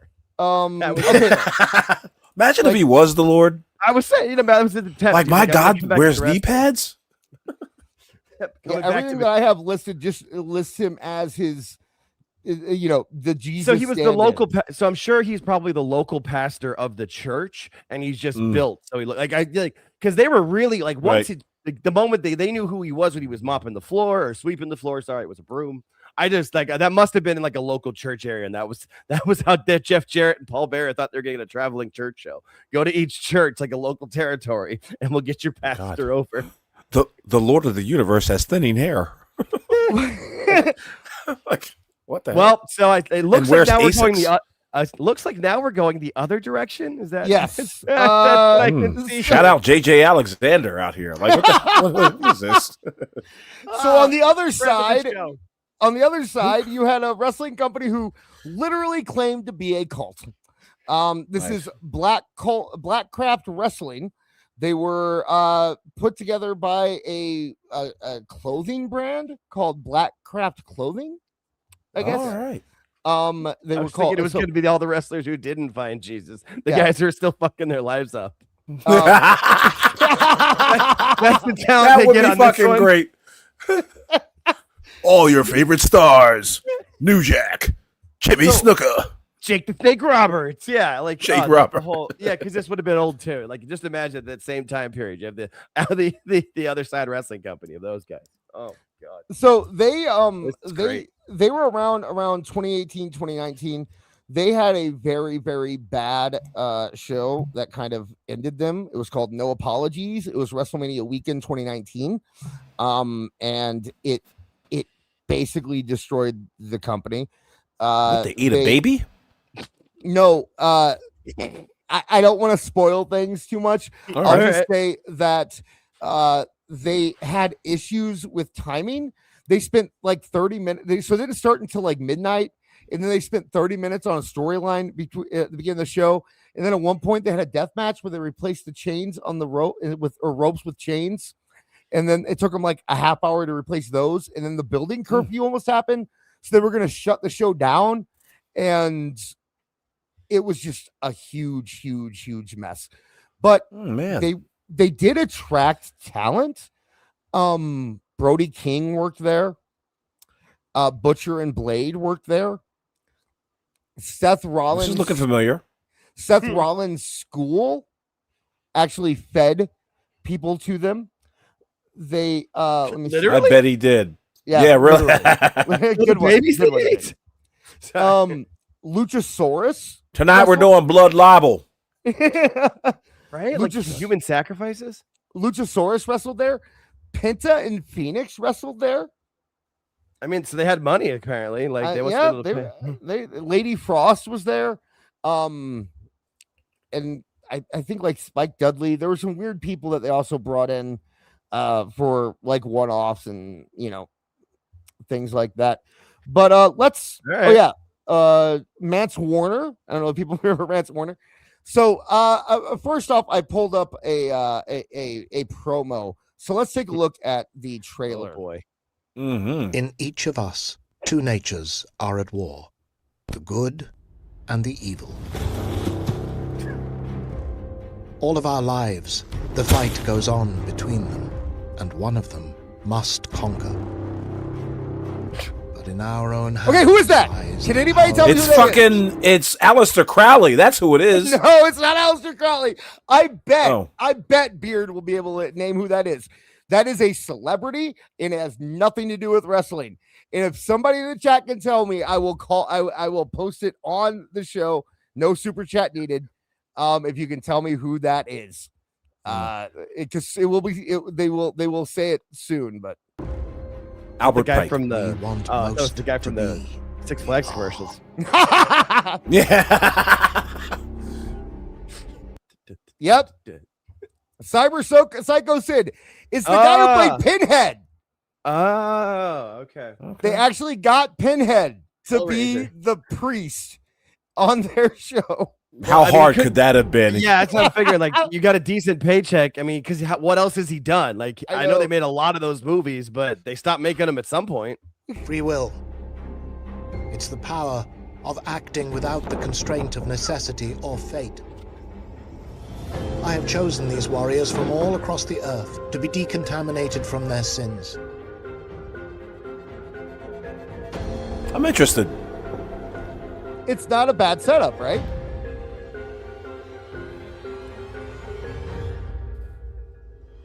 Drink this. It's adrenochrome. Hey, Jake. Okay, so I'm gonna set this up, but I'm gonna let you and Awful kind of go through the last part of this here. So because I'm losing control of the video. We'll let me control it right now. I need to go do something real quick. To try to fix it. But say your Hail Marys. Yeah, say my Hail Mary. Let the black and the Jew take over. So, I guess. No. There's no good footage of this show. I had to pull it from a gentleman named you know what? I'll even pull this. We've looked at his stuff before. And if you are familiar with this drop that I'm about to play, then you will be very excited for what we are about to watch. A wild slapnuts appears. Double J, Jeff Jarrett. Yes, Marky D123 is going to be guiding you through the next little segment of this once the show actually starts.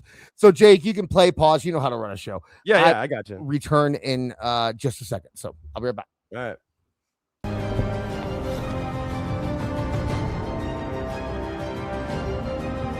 How much are we? Like, I don't know what's gonna. I don't know what the hell's happening. He's gonna spit in his mouth. This is almost over. Okay. Should have had a cross promotion, man.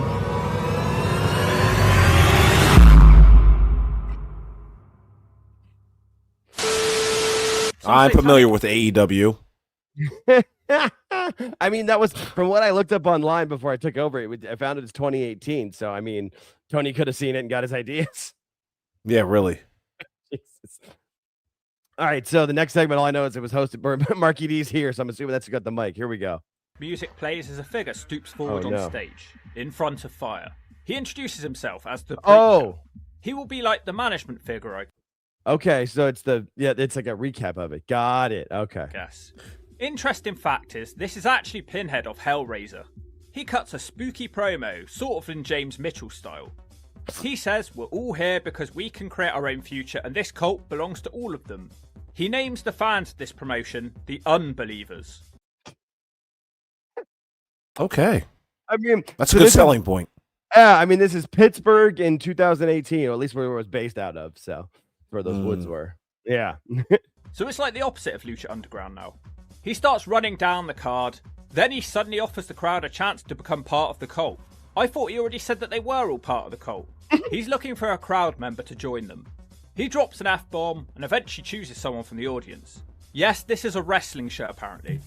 Some druids take the crowd member. Plot twist, he will be joining the cult as a human sacrifice. They start attaching the audience. Dude, I was kidding. Oops, shit. I was kidding about the. I hit the wrong thing. I was kidding about them killing Seth Rollins. Satanic music. Oh, now look at this. Because I have to play this on the small screen. This is fucking crazy. All right, here we go. I want to see what they say. Yeah, the part from the crowd. Some druids take the crowd member. Plot twist, he will be joining the cult as a human sacrifice. Oh, it's like hillbilly. Erica, everything happens in Pennsylvania. Just like the. So this is their version of Hillbilly Jim pulled from the crowd to become a part of a wrestler. Mm-hmm. They raise him up as the drunk idiot is cheering and whooping. The preacher demands to crucify him with nails. They nail him to the cross. Satanic music plays again. The preacher is screaming crucify at the crowd. They raise him up again, and he's no longer cheering and whooping. And that's how the No Apologies paper. A load of fig. What's going on with this shitty editing? That's because what do you mean? Just couldn't. Yeah, he couldn't get the actual run from it, and you can even see like it's showing it in reverse because you can see the Triller TV logo up in the corner, and it's in reverse. Right. Yeah.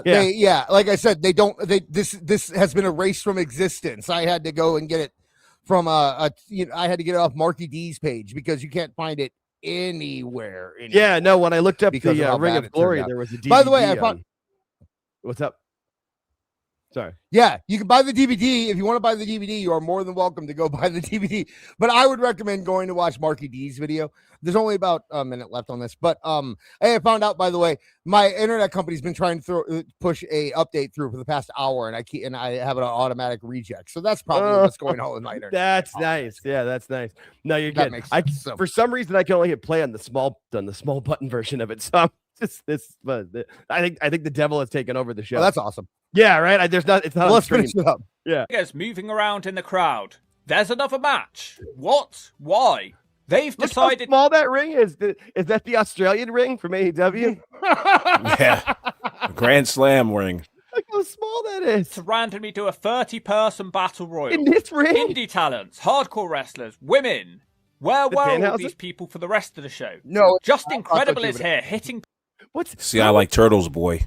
Look at this. How many people are in this ring? Like, what's going on? People with a kendo stick. Brody King there. Hornswoggle's in there for some reason. They don't even acknowledge him. They continue to have the and Colt Cabana. He's the one who's like bent over, isn't most uncoordinated battle royal of all time, with people incredible. Just being thrown out in record time. One guy is just stood on the apron downing a beer. I don't blame him. The lights start getting turned on and off as the building tries to kick them out because it's past the time curfew. Thrown into the ring. So the house lights You come can on. hear somebody begging the commentary team to take the show home. Ziggy Dice wins with the help of some woman. It went less than 5 minutes. Why did they think this was the best way to end the show? It didn't make any sense. The commentators say there will be no celebration music because the system has just blown up and they're being kicked out of the building. The closing line on the I'm done. They got kicked out. First up, they had 5 minutes left and they got kicked out still. Like, you send out a 30-man battle royal when you got 5 minutes to kill. Like, what is going on? Yeah, it was awful. So yeah, they spent all the money on the Pinhead guy. They didn't have any money to rent the building for another hour. I highly recommend you guys checking out Marky D123. He has a great video on that. Also, if you want to check out the House of Ring of Glory stuff, Wrestling with Regret has a video on it. I'm not a fan, but you're more than like if you want to see stuff about Ring of Glory, that's the place to go and check it out. So yeah, but I thought it'd be funny to look at some more high concept indie companies. I was thinking about doing Kaiju Big Battle. Has anyone heard about that? Nope. Okay, we'll take a look at that in the future. Kaiju Big Battle is an American wrestling company where they dress up like kaijus, which kaijus are Godzilla, Mothra, stuff like that.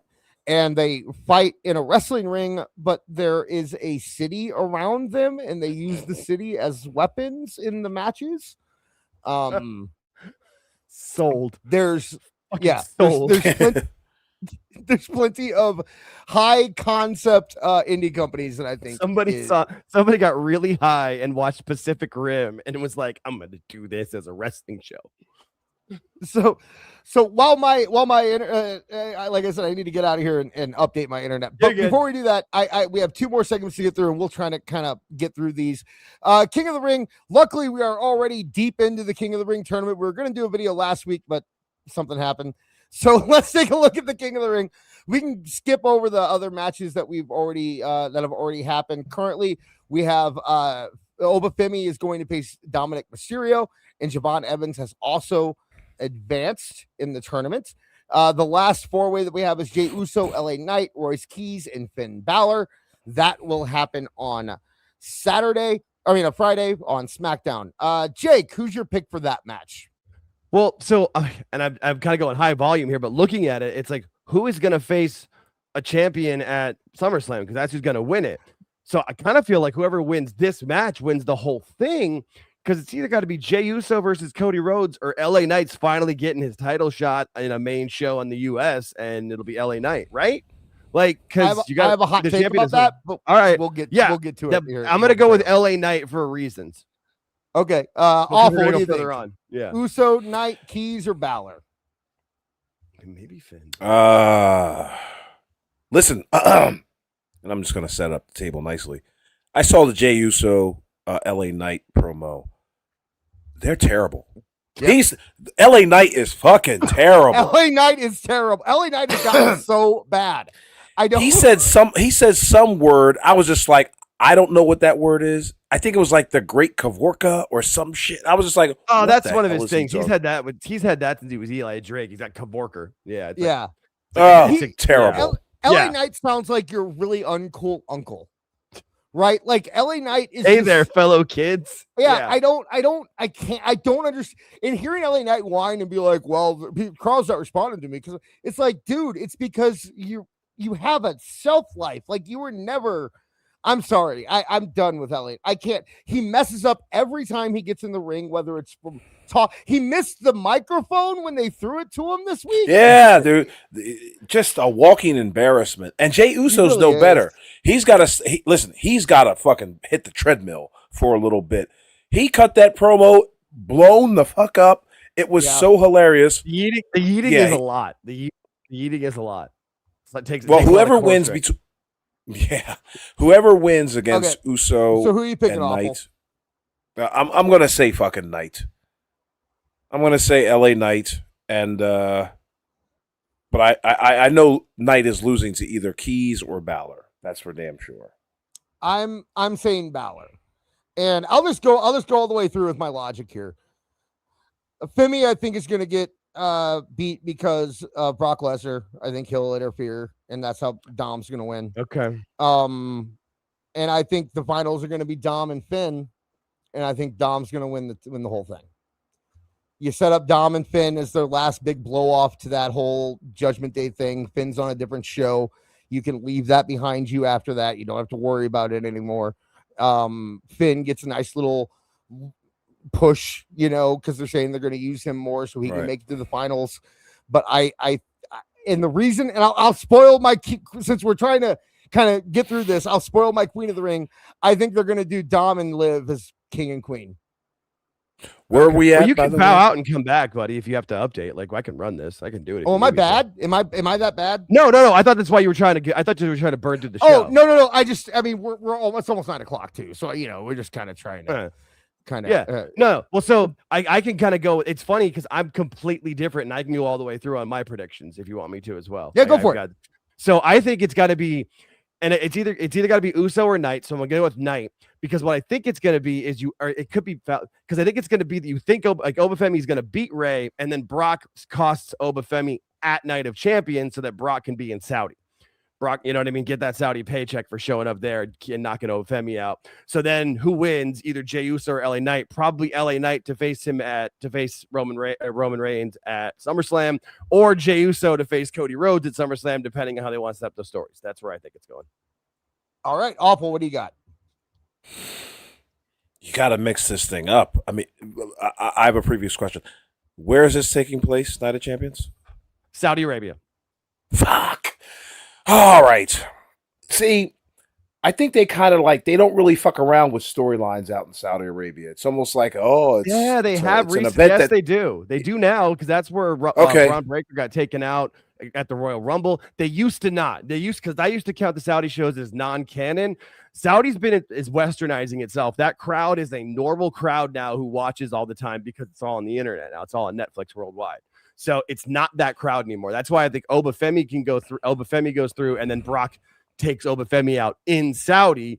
And so it's whoever Obafemi is facing becomes the king of the ring, who then faces a title. They get a title shot, either Cody or Roman at SummerSlam. Right. So you got that's where I've got to, because I've seen people like, Javon Evans is going to be king of the ring. It's like, it's not just becoming king of the ring. You get the title shot at SummerSlam, which is in Minnesota. So it can't be Oba because Oba's got to face Brock in Minnesota because duh.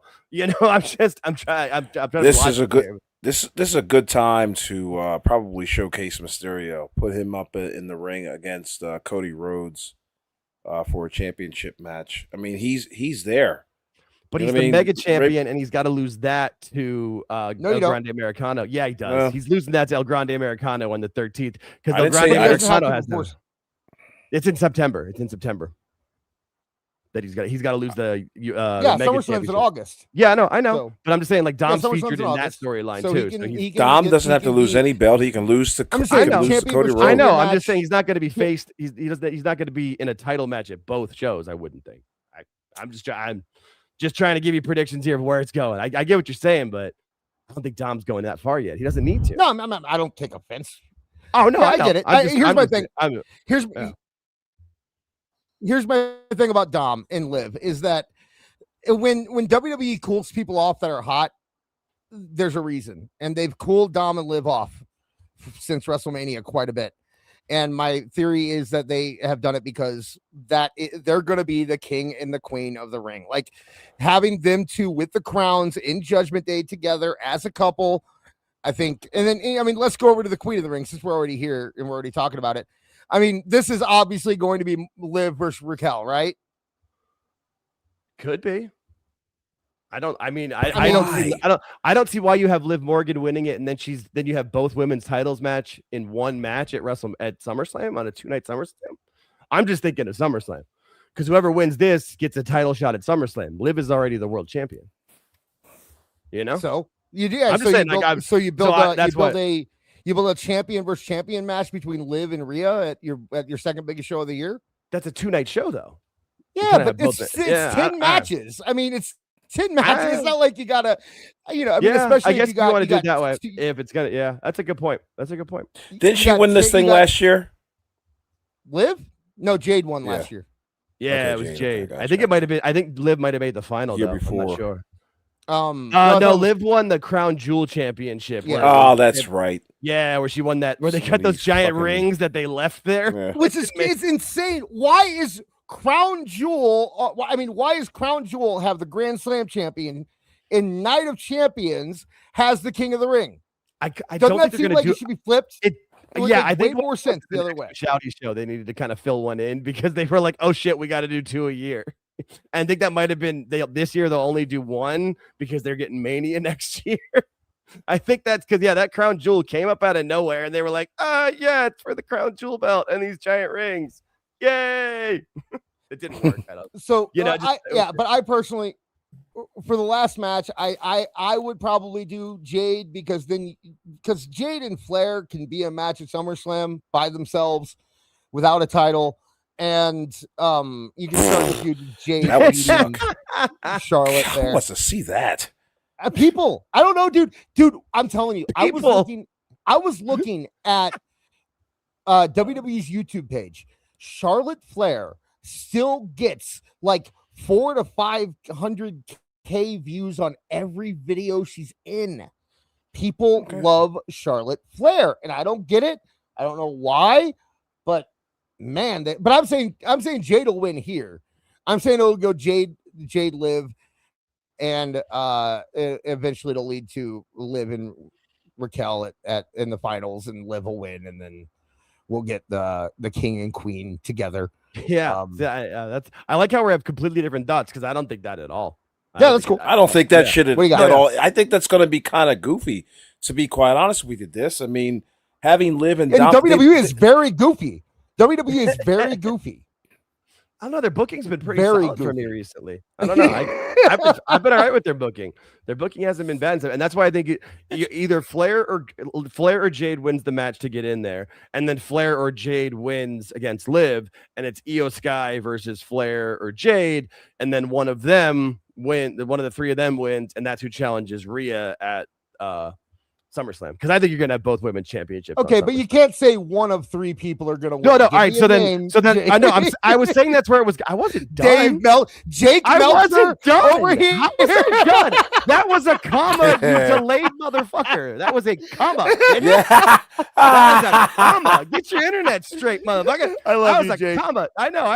This is the most fun I've had on a show. Okay, probably ever. I'm like, no. So then I would say it's going to be probably Io Sky, because then you have that run it back to the storyline of Io versus Jade, because Rhea's also, or Io versus Rhea, I mean, for the title. And Io and Rhea has never beaten Io in a singles match. They made that a big thing for a long while, and Rhea wins and retains her title. So I think it'll be Rhea versus Io, and then you're going to get, I think it's LA Knight versus Cody, which I have no desire to see. Or LA Knight versus Roman, I mean, but I have no desire to see that either.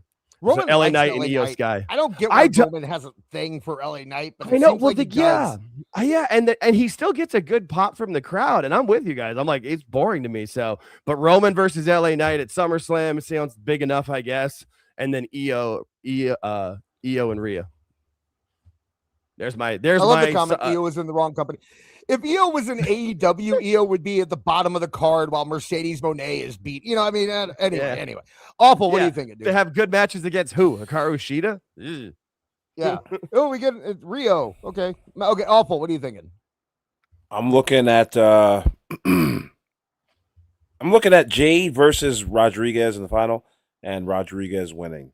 You want to know why? Because I haven't seen any storyline. And so I'm just going like a casual fan. I would like to see Rodriguez. I was going to say in the beginning, you got to shake this shit up. I mean, I understand storylines and all that other shit, but it's just like sometimes just make a star. Rodriguez. So then who's Rodriguez taking on for the title? Rhea. All right. So not Liv. Yeah, all Rhea. right. I could see it also going the way if you go that way, then because Raquel breaks out of the Judgment Day by taking on Liv Morgan. That could be another route. If any woman really breaks out of the Judgment Day anytime soon, it's probably going to be Raquel or Roxanne. I agree. I was just pushing out the possibilities of storylines. I agree. Roxanne's definitely leaving the Judgment Day sooner than later. And that's the right move. But look, three wildly varying opinions on what's going to happen.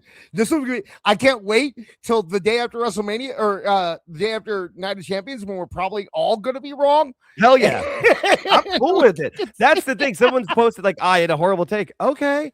Like it's fun. It's my take. Well, I'm allowed. It's fun. I love. I always try to kind of just follow WWE storylines, and they've been teasing dissension in the Judgment Day. So the idea that Liv and Raquel would have something to. Yeah, but then they've been break teasing, up the whole Judgment Day. Yeah. No, you don't have to break it up. I mean, they'll break it up eventually, but Yeah, but I'm saying you can have Roxanne, like if Roxanne leaves and then Raquel, because then you could have it being the Judgment Day. I was saying you could be right too, if like maybe Liv wins and then you have Liv and Dom just being the couple that, and then the Judgment Day kind of dissolves in one way. There's a lot of options too. That's where I think people think of WWE. We're like, oh, it's terrible. I'm like, it's really not that bad. There's good logic through most of it. Granted, I watch SmackDown on a delay, so I skip the commercials because 3 hours is too friggin' long. It goes back to 2 hours this month though, so thank God for that.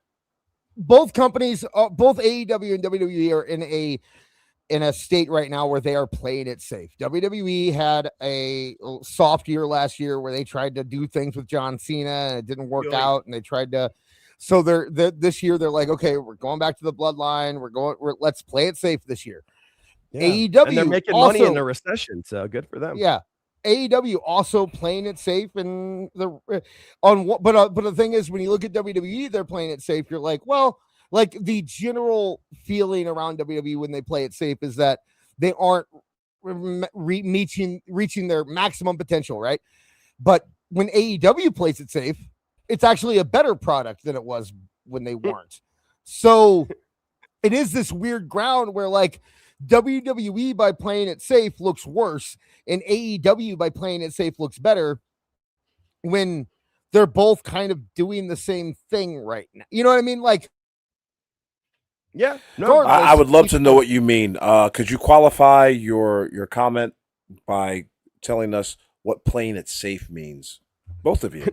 Well, for AEW, or quickly, I'll get to see for AEW, MJF is the champion versus Darby Allin as champion. That would be for playing it safe in my book. And well, no, AEW is playing it safe by going, okay, our fans like really good matches. Let's not have big, heavy company sprawling storylines like we were doing last year, like the Death Riders or the Young Bucks and that kind of, where it's like it takes over the entire company, where those are chances that you take. If it takes off, you'll do great. If it doesn't take off, you're going to do terrible. Instead, what they're doing is, okay, our fans are going to want to see this guy fight this guy. So let's make a match between this guy and this guy. Our fans are going to want to see this, the title defended every week. So let's make sure the title's defended every week. Like, they are placating to their base. They know what their base wants. And like you can argue that I would say both companies are in a way boring, but I don't think boring is always bad. I don't think that everything has to be shocking and have a bunch of twists and turns to entertain me. Sometimes it's just, hey, if I watched a show and I was entertained by it. And when you look at AEW right now, their fans are entertained by their shows. They're not complaining about it. There's, like last year during the Death Riders, AEW fans were pretty done. You know what I mean? Like, they were pretty upset, and AEW kind of course corrected, and they're playing it safe. And I think both companies are not taking risks, not doing anything crazy. They're just like, okay, we'll push Roman and Cody. AEW goes, okay, we'll push MJF and Will Ospreay or whatever. You know what I mean? It's like those are our guys. That's who our fans want to see. Let's push them. At least in the top, you're right. You got the top end of AEW, you're right. When you get lower at AEW, they're doing some weird shit. But you're right on the top end of it because just like for them, their big show with All In, you're having it's the collision course is MJF and Ospreay in London. Like, that's clearly where that's going, and it's where it needs to go. It's where it's needed to go. Whenever they booked the third London show, like clearly it was Ospreay for the title because that's your booth. And by the way, I'm not saying that this is bad. Like, I think I don't mind. I kind of appreciate just doing what your fans like. There's something about that's kind of like, okay, I'm okay with. I get it. I understand that. I mean, logic in my storylines. That's what I'd like. That's what. Yeah, as long as it's logical and not. Yep. I agree too. Although I will say this, AEW doesn't have to worry about being logical because their fans don't really care all that much. And that's why I was saying under the top end. Like, yeah, with Ospreay and MJF, you're absolutely right. They're playing it safe. They've got a clear path. They're working on that. Once you get past that storyline, there's some weird shit going on with Leo Rush drooling on he's on Dynamite now. There's some weird shit going on in the mid and lower card in AEW. But you're right on the top end. I'll give you that. But I mean, also, you know what? They're like ending the shows with the top of the card. You know what I mean? Like, they're going to more of a traditional wrestling format than what they've had before. For now. For now. Like I said, that's safe, and it seems like that's where we are, is we're just in this like safe area where it's like we know what works, we're gonna try it. Well, and I mean, to be fair, WWE's probably being a little weird on the undercard. They are pushing Danhausen. You know, I mean pushing, not yes, pushing but I him, mean, but I was using him. He's but like Leo Rush is wrestling matches against Mark Briscoe, who then cuts the promo of his life Right. trying to challenge MJF. So like that doesn't make any sense. I get you though.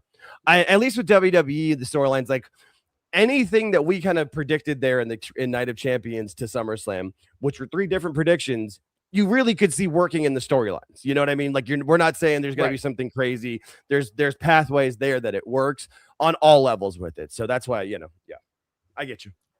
So, all right. We are moving on now to, oh, Jesus Christ. Okay. We're moving on now to our last.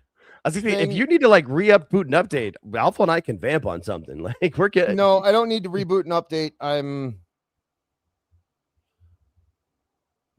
okay. Right? Like he's freaking out over here on his internet, and it's like I think my Cash App got hacked. Oh shit! So let me go through this here. What is going on? Yeah, I know. In Missouri. Yeah. What's going on in Branson? I don't know. You know what? Yeah, let's call it. We will save this for next week while I go address this. So I'm running the show here. Plug With the show if you need to bounce out, all right. I guess we can count out. We're good. You can't play you can't run the game. That's all we have left. So I know. good. Oh yeah. You're right. I just thought the Cash App thing. You're right. Yeah, I got you. Fair enough. So while these two hosts are bickering with each other, let's talk about Saturday. This is awful. We're gonna have a good old time. Listen, last Tuesday's show, the special Tuesday episode, I want to thank everybody who listened in because that shit was bonkers. I love that show. I don't listen to too many of my own shows. This one I listened to multiple times. Listen, if you guys are at work, on a lunch break, traveling down the road, probably in an airport stuck, or maybe in someone's basement, you'll want to listen to this show because it's just the visual. and watch it. Yeah. It's just so all 3 of us were firing up on all cylinders, and this Saturday will be no different. So tune in to us on Saturday 10 p.m. 9 Central, only on YouTube.com/Awful Wrestling. Yeah, and for me, I'm All Jake Takes On, YouTube.com/@AllJakeTakesOn. We are 2 subscribers away from 600, which is awesome. That's a lot of that's from being on the show and hanging out with you guys, which I always appreciate. You can check out what George and I do. We go live every Thursday at 9:30 p.m. to talk about Dynamite. We break it down segment by segment. That's why I know there's some weird shit going on in the undercard. But yeah, we're and then our biggest show is our Sunday show.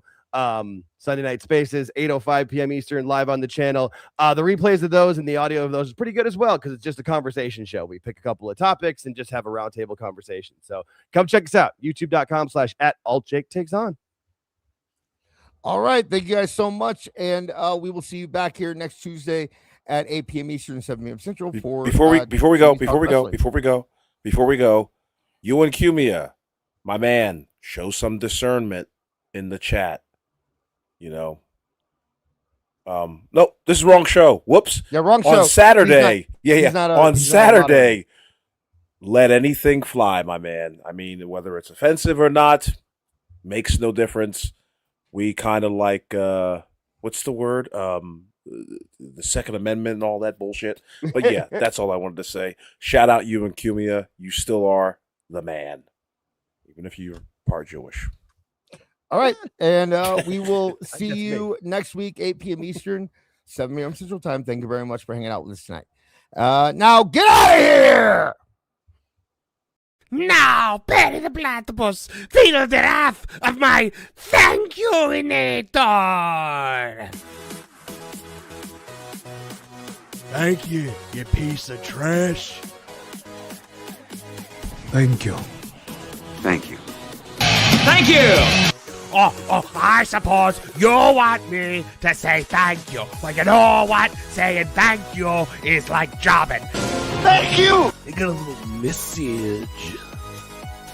Thank you. Ooh, yeah. Oh, thank you! Oh, thank you! Thank you! Thank you! Thank you! Thank you! Thanks? For what? Hi-ho from all of us here at Tooney Town. Thank you. And viewers like you. Thank you.